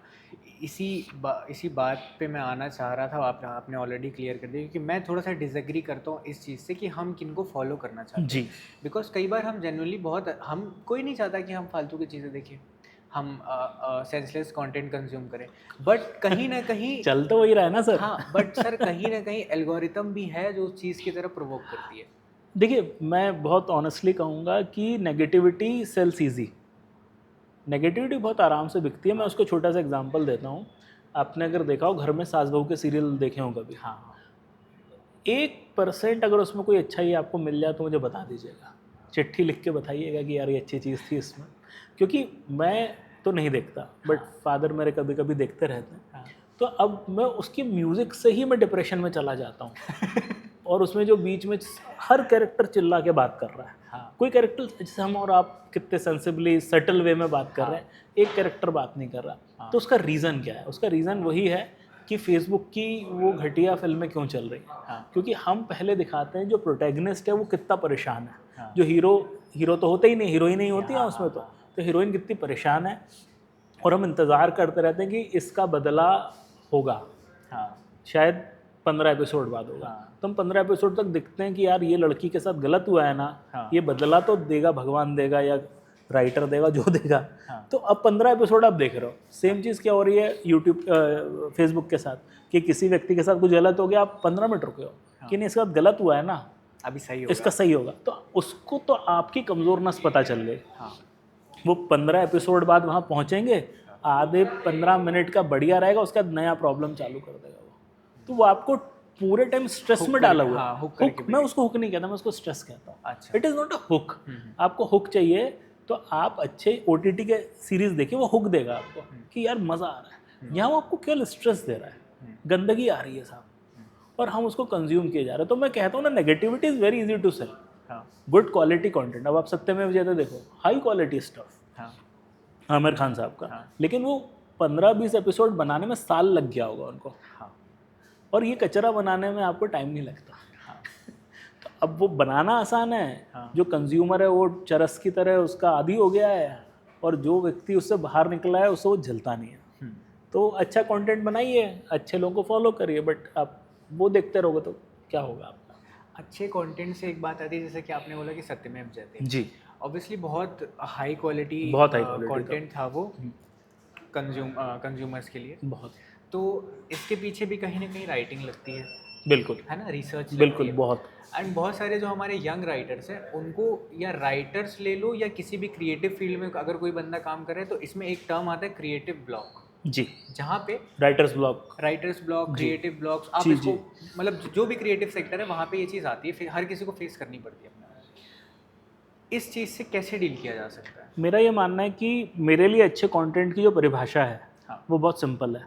ऐसा कोई भी कंटेंट, चाहे वो कहानी हो या रील हो या फिल्म हो, जिसको देख के मुझे खुद कुछ नया बनाने की इच्छा होती है, मैं उसको अच्छा कंटेंट मानता हूँ। मैं कई बार ऐसा हुआ कि मैंने पूरी वेब सीरीज़ देख ली और मेरे मन में एक आइडिया भी नहीं आया, तो मैं कहता हूँ चलो ठीक था, बट मेरे लिए वो अच्छा कंटेंट नहीं है, क्योंकि उसने मुझे सोचने में मजबूर नहीं किया। मैं आज जो टीवी सीरीज़ या जो भी देखता हूँ और मुझे दिखता है कि यार इसने मुझे यहाँ सोचा कि ये ऐसा क्यों हुआ, वो क्यों ऐसा क्यों, तो जब आप राइटर्स ब्लॉक में रहें, you start consuming good content. अच्छा, हाँ, क्योंकि देखिए आप ऑलरेडी एक नेगेटिव ब्लॉक में हैं, तो आपको अगर बाहर निकलना है तो पहले थोड़ी एक्सरसाइज वगैरह कर लीजिए, तो थोड़ी अंदर की नेगेटिविटी निकलेगी। और सबसे बढ़िया तरीका है कुछ अच्छा पढ़िए, कुछ अच्छा देखिए, कुछ मित्रों से बात करिए, थोड़ा शहर की जगह दूसरे शहर घूम के आइए, एनर्जी शिफ्ट करिए। हाँ, बेसिकली आप उस पे कंसिस्टेंटली उस पे दिमाग लगाने से अच्छा आप हाँ थोड़ा हाँ छोटा हाँ, ब्रेक लें। क्योंकि वो क्या होगा, आप उस फ्रेम में हो ही नहीं कि वो अच्छा आएगा। हाँ। तो आपको वो जो जगह है ना वो छोड़ के जानी पड़ेगी। हमारे सर थे, वो बड़ा इंटरेस्टिंग चीज़ कहते थे। तो वैदिक मैथ्स पढ़ते थे हम उनसे, तो कहते थे मान लो कोई सवाल बन नहीं रहा है 3-4 बार, तो एक काम करो, उसके नीचे एक लाइन खींचो। क्यों खींचे सर? बोला नेगेटिविटी रोक लेगी वो लाइन। हाँ। मतलब वो सोच है। बोला अब वो फ्रेश पेज है, बचा हुआ पेज अब फ्रेश है। हमने वो पूरी नेगेटिविटी, वो गलत आंसर्स की रोक ली है। तो आपको, अब घर में है, अब दिन भर आप घर में हैं, अब वो नेगेटिविटी आने लगी, घर के बाहर निकल जाइए, थोड़ा घूम के आइए, वॉक करिए, तो आएगा। मतलब मेरा मानना है। और अच्छा कंटेंट बहुत है, कंज्यूम करिए अच्छा कंटेंट, कुछ अच्छा आइडिया देगा वो आपको।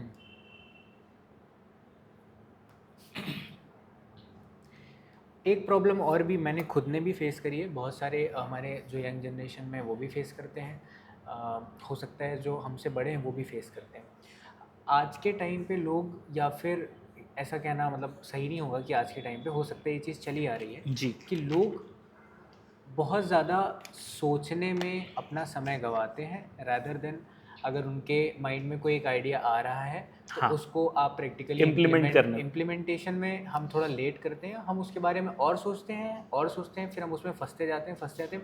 वो आइडिया हमारा हमेशा ड्राफ्ट जैसा रखा रहता है। ये चीज़ मैंने पर्सनली फेस करी है। मेरे आसपास के जो लोग हैं जो क्रिएटिव फील्ड्स में काम करते हैं, उनके साथ भी उनको शायद कंटेंट क्रिएशन की जर्नी स्टार्ट करनी, बट उनको नहीं पता कि पहली वीडियो कैसे बनाएं, या बहुतों ने पहली वीडियो बना दी है बट अब उनको नेक्स्ट वीडियो नहीं मिल रही है। देखिए क्या है, जो उसका हमारी कई बार चर्चा होती है दोस्तों से इस बारे में, सबसे बड़ी बात है कि हर व्यक्ति अच्छा वीडियो बनाना चाहता है। हाँ, तो वो गलती है। Fear of judgement. जजमेंट क्या, बनाओ घटिया माल बनाओ। हाँ। आप 4 बार घटिया माल बनाओ। हाँ। अब हमें क्योंकि अच्छा बनाना है, हाँ। तो वीडियो अच्छा होना चाहिए, तो कैमरा अच्छा चाहिए, लाइट हाँ। चाहिए, हाँ। लोकेशन, बैकग्राउंड म्यूजिक, हाँ। सब चाहिए आपको। हाँ।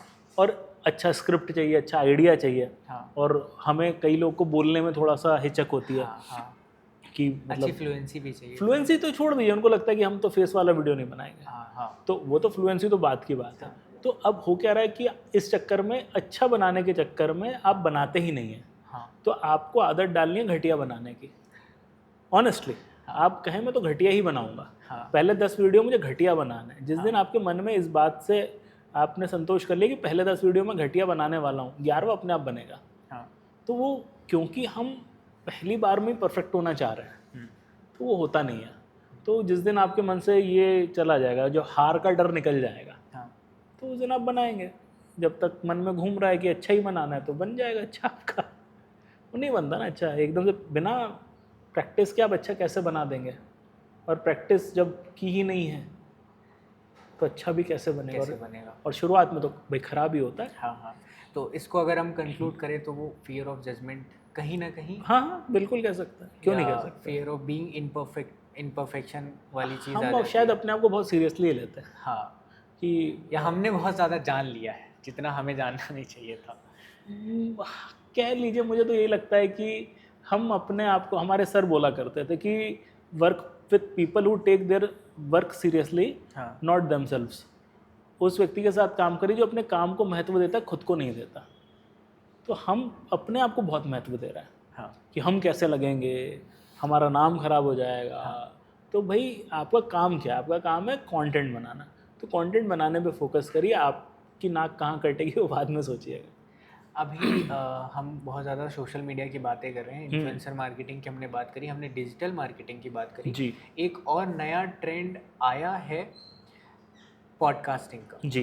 तो क्या अभी आने वाले 1, 2 या 3 साल में पॉडकास्ट का ट्रेंड बहुत ज़्यादा ऊपर जाने वाला है नए पॉडकास्टर्स के लिए, या फिर ये भी एक ट्रेंड है और ये फिर कुछ समय में ये ख़त्म होने वाला है? आपकी ओपिनियन क्या है? मेरा जो इस पर टेक है, हाँ। मैं कुछ दिन पहले एक वीडियो देख रहा था। हाँ। तो जैसे यूएस में जो 2 बड़े नेटवर्क हैं, न्यूज़ नेटवर्क हैं, शायद CNN और फॉक्स की बात कर रहे थे वो, मोस्ट प्रोबेबली। तो उन्होंने कहा कि एक स्पेसिफिक टाइम फ्रेम की बात की उन्होंने।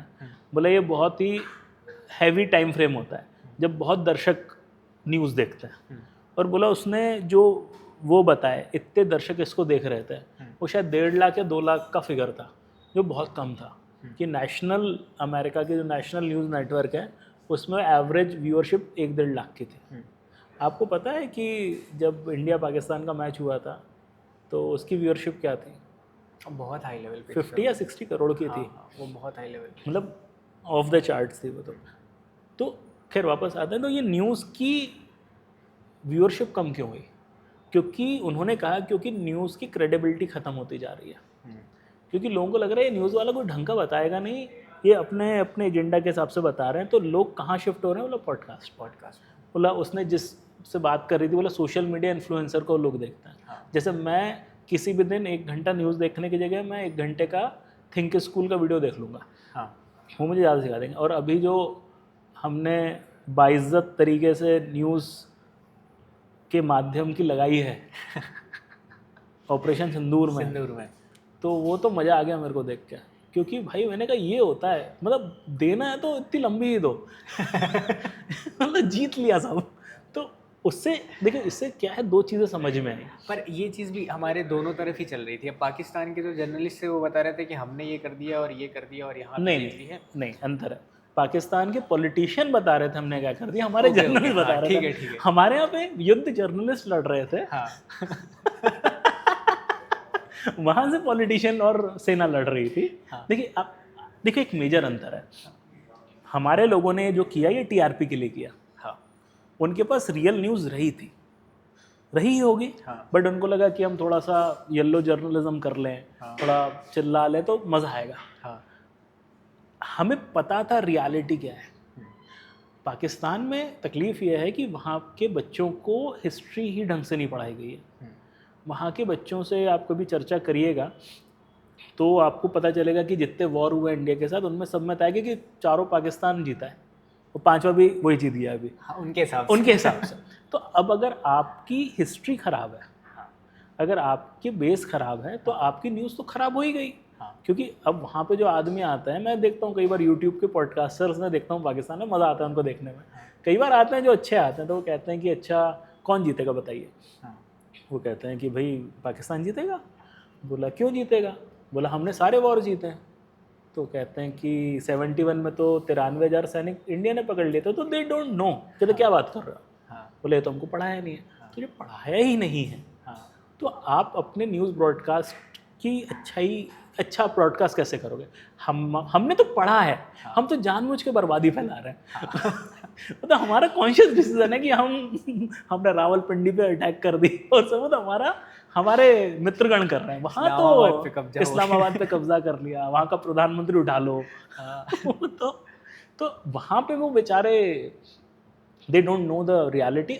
ऑब्वियसली बात है, जो वहाँ के पत्रकार पहुँच चुके हैं उनको पता चलता जा रहा है, लेकिन अब वो ऑब्वियसली बात है वहाँ पे वो बता नहीं सकते।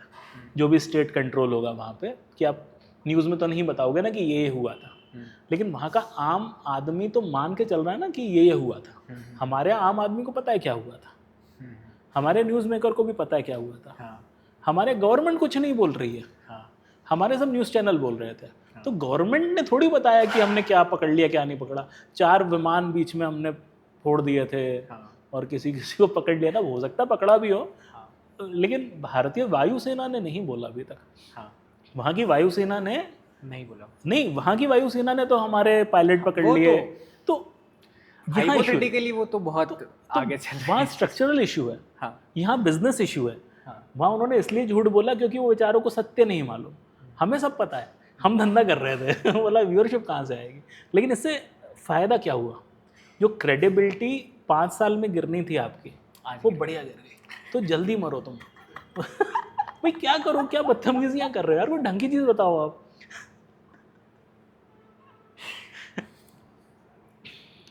सही है।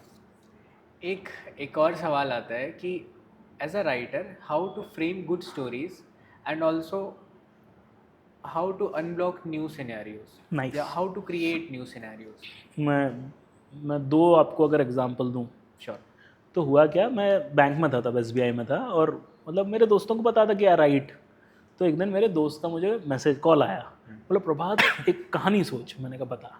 बोले एक आदमी पुलिस वाला रात को जा रहा है किसी सुनसान एरिया से, उसके सामने एक आदमी ने दूसरे का मर्डर कर दिया। तो वेरी गुड। और बोला जो मर रहा है वो मरते मरते बोल के गया ये तो कुछ भी नहीं है, जो रियल अपराध है वो 18 साल बाद होगा। मैंने कहा भाई क्या कहानी है यार, ये तो क्या हुआ इसके आगे? बोला ये आगे कुछ नहीं हुआ, इतना ही सोचा था, अब तुम बनाओ कहानी। मैंने कहा तो बड़ी बदतमीजी वाली बात है यार। बोला नहीं नहीं तुम बनाओ। तो उसने मुझे छोड़ दिया। हाँ। उसने एक्चुअली एक इंग्लिश प्रोग्राम देखा था, एक आया था, तो मैंने भी देखा था, वो उससे थोड़ा सा इंस्पायर होकर उसने कुछ कहानी फ्रेम की थी, इंग्लिश प्रोग्राम था। तो अब मैं आधे पौने घंटा लिया और I framed a new story, proper story, कि क्यों लॉजिकल, कैसा लॉजिकल, क्योंकि आपने सोचना चालू किया कि क्या हो सकता है। उसमें 2-3 चीज़ें चेंज की, 18 साल को 12 साल किया, जो मर रहा था उसकी जगह मारने वाले का डायलॉग किया। हाँ। वो चाह रहा था कुछ अंतर्राष्ट्रीय प्रकरण हो जाए, हाँ। भारत पाकिस्तान, वो मतलब भारतीय मीडिया ऐसा कुछ वो चाह रहा था। तो बट मैंने उसको पर्सनल कर दिया था, but I created the story कि क्यों 12 साल बाद कुछ होगा। तो द मैथमेटिक्स ऑफ मर्डर करके वो कहानी मैंने लिखी, क्योंकि किसी ने एक मेरे सामने आइडिया थ्रो किया और आई लेफ्ट इट, कि मैंने कहा चलो मैं सोचता हूँ, तो आप स्टार्ट थिंकिंग। मैं एक दूसरा एग्जांपल देता हूँ आपको। तो हुआ कि एक दिन मैं रैंडम, एक मेरे मन में ख्याल आया कि एक वो है टैक्सी ड्राइवर है, वो मर्डर केस सॉल्व कर रहा है। बोला कैसे कर रहा है? बोला उसके यहाँ जो लोग बैठते हैं और वो अपने से डिस्कशन थोड़े थोड़े कर रहे हैं, तो क्योंकि उसके पास हर आदमी का व्यू है, तो he is able to solve the crime. तो बट द प्रॉब्लम वाज कि ऐसा कैसे हो सकता है कि एक क्राइम हुआ है, उससे रिलेटेड हर आदमी इसके यहाँ बैठ रहा है, हाउ इज इट लॉजिकल? तो मैंने कहा क्योंकि वो क्राइम सीन पे था। तो बोला क्राइम सीन पे कैसे पहुंचा? तो बोला पुलिस वाला लेके गया। तो बोला पुलिस वाला क्यों लेके गया? कि पुलिस वाले के पास, बोला उसकी, क्योंकि वो छुट्टी पे था, उसके पास गाड़ी नहीं थी। मैंने कहा चलो गाड़ी के साथ भी पहुंच गया, उसके बाद भी उस घर का हर आदमी इसकी गाड़ी में क्यों बैठेगा? वो तो चलो पहुंच गया। बोला क्योंकि उनके पास गाड़ी नहीं है। अब मैंने कहा बड़े मकान में मर्डर हुआ है तो गाड़ी क्यों नहीं है? तो मैंने कहा क्योंकि मर्डर गाड़ी में हुआ है। तो अब नाउ द क्वेश्चन इज कि मर्डर गाड़ी में क्यों हुआ है? तो I kept on asking my self कि ये क्यों हुआ, ये क्यों हुआ, ये क्यों हुआ। तो आप एक सवाल 100 बार पूछो अपने आप से, तो वो धीरे धीरे धीरे धीरे you are able to frame the story. हम लोग क्या करते हैं, बस ऐसा हुआ है तो वही रैंडमली एक था, एक ड्राइवर था, वो वहाँ खड़ा था, अरे वो ऐसे ही नहीं खड़ा था। तो आप कोई भी कॉन्सेप्ट उठाइए, वियर्ड कॉन्सेप्ट उठाइए और 100 बार पूछिए ये क्यों। हमारे क्या होता है, मेजर चीज़ तो फैला देता है। अब धूम 3 देखिए, धूम 3 इज अ हाइस्ट मूवी, चोरी के ऊपर है। अब वो चोरी कैसे हुई, वो तो आमिर जी ने बताया ही नहीं अपन को। बोला कैसे तिजोरी खोली, बोला वो क्या करना है, वो तो मैंने लूट ली। तो हमें जो चाहिए था, हमें तो वो प्रोसेस चाहिए था। तो हम लोग क्या करते हैं, कई बार वो प्रोसेस पे ध्यान नहीं देते। तो व्हेन यू स्टार्ट क्रिएटिंग कि ये हम लोग क्या ना बहुत हल्की हल्की चीज़ों पे बात कर लेते हैं। हम दोनों बैठे हैं तो हम लोग कहते हैं चलो ये दोनों बैठे थे, लेकिन वी डोंट स्टार्ट कि वो यहाँ तक आए कैसे होंगे। एक बार मुझे याद है, मैं उनको सुन रहा था सौरभ शुक्ला जी को। तो उन्होंने बताया था कि जब जॉली एलएलबी में वो जज बने, तो उन्होंने बताया कि मैंने सीन सोचना चालू किया कि मैं जज हूँ, मेरे घर पे मेरी बीवी से लड़ाई हुई, मुझे घर पे चाय नहीं मिली, आने में ये प्रॉब्लम हुआ, वो हुआ, ये हुआ, मैं फ्रस्ट्रेटेड हूँ। अब आके मैं बैठा तो मैंने कहा अरे यार चाय भी नहीं पिलाता तुम। तो जो डायलॉग सिर्फ इतना है फिल्म में, अरे यार तुम चाय भी नहीं पिलाते हो ढंग से। बोला लेकिन उसके पीछे मैंने उसका पिछला 6 घंटा सोचा किया। तो जब आप अपने हर कैरेक्टर को सोचोगे उतना, मेरी कहानी मैं नहीं लिख रहा हूँ जिसमें एक लाश मिलेगी, एक कार में लाश मिलेगी, तो मैं सोच रहा हूँ कि ये लाश कार में क्यों है? बोला क्योंकि वो ड्राइवर ने मारा है उसको। तो उसने मारा कहाँ? बोला उसने घर जाके मारा। तो बोला फिर वो लाश उठा के यहाँ कैसे लाया? तो दिस डजंट मेक सेंस। लेकिन आप फिल्म के एंड में दिखा दोगे कि लाश पड़ी थी पीछे, तो आदमी पूछता ही नहीं कि ये लाश यहाँ तक आई क्यों है।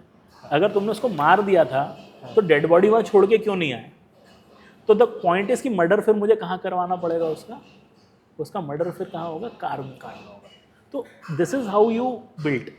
और आप अगर मेहनत करने को तैयार हो तो ब्यूटीफुल स्टोरी निकलेगी, नहीं तो धूम 3 तो है ही। ठीक है। तो I think sir it's time कि हम अब इस पॉडकास्ट को रैप अप करते हैं। जी बिल्कुल। And thank you for your contribution. नहीं थैंक्स अ लॉट। क्योंकि बहुत ज़्यादा ही इनिशियल स्टेज है मेरा। ये आपके साथ जो पॉडकास्ट आने वाला है ये हमारा 4th पॉडकास्ट होगा जी। एंड शायद ये जो आपके साथ का पॉडकास्ट है ये एक एक्चुअल सोशल इन्फ्लुएंसर के साथ है जिनके थोड़े नंबर्स हाई हैं जी, जो मुझे भी काफ़ी ग्रोथ में हेल्प करेगी जी। एंड मुझे काफ़ी अच्छा लग रहा है कि आप हमारी जर्नी में कंट्रीब्यूट कर रहे हैं, ऑल्सो जो आपने हमारी टीम के साथ डिस्कशन किया, बिल्कुल क्योंकि हम सारे अभी बहुत यंग हैं और बहुत ज़्यादा एक्सप्लोर कर रहे हैं चीज़ें। पहली चीज़ तो ये गट्स हम इकट्ठा नहीं कर पाते कि एक जो ट्रेडिशनल वे है सक्सेस का, कि आप ये करो ये करो ये करो, then you will find a job, और फिर आप ये करके फैमिली प्लानिंग एंड ये। हमारी टीम में जितने भी लोग हैं वो उन्होंने ये चूज़ नहीं किया। जी, सबकी एक अलग जर्नी है, सबकी एक अलग हसल है, बिल्कुल और हमें बहुत ज़्यादा ज़रूरत है, हमें भी है और शायद जो हमारे अभी जो जनरेशन हमारी ये पॉडकास्ट देखने वाली उनको भी है, कि बीच में इन मतलब इस प्रोसेस में जो प्रॉब्लम्स आती हैं उससे कैसे डील करना होता है। तो आई थिंक आज का जो हमारा पॉडकास्ट है इसमें बहुत ज़्यादा वैल्यू ऐड किया है। Thank you thank you sir, and it was nice meeting. Same year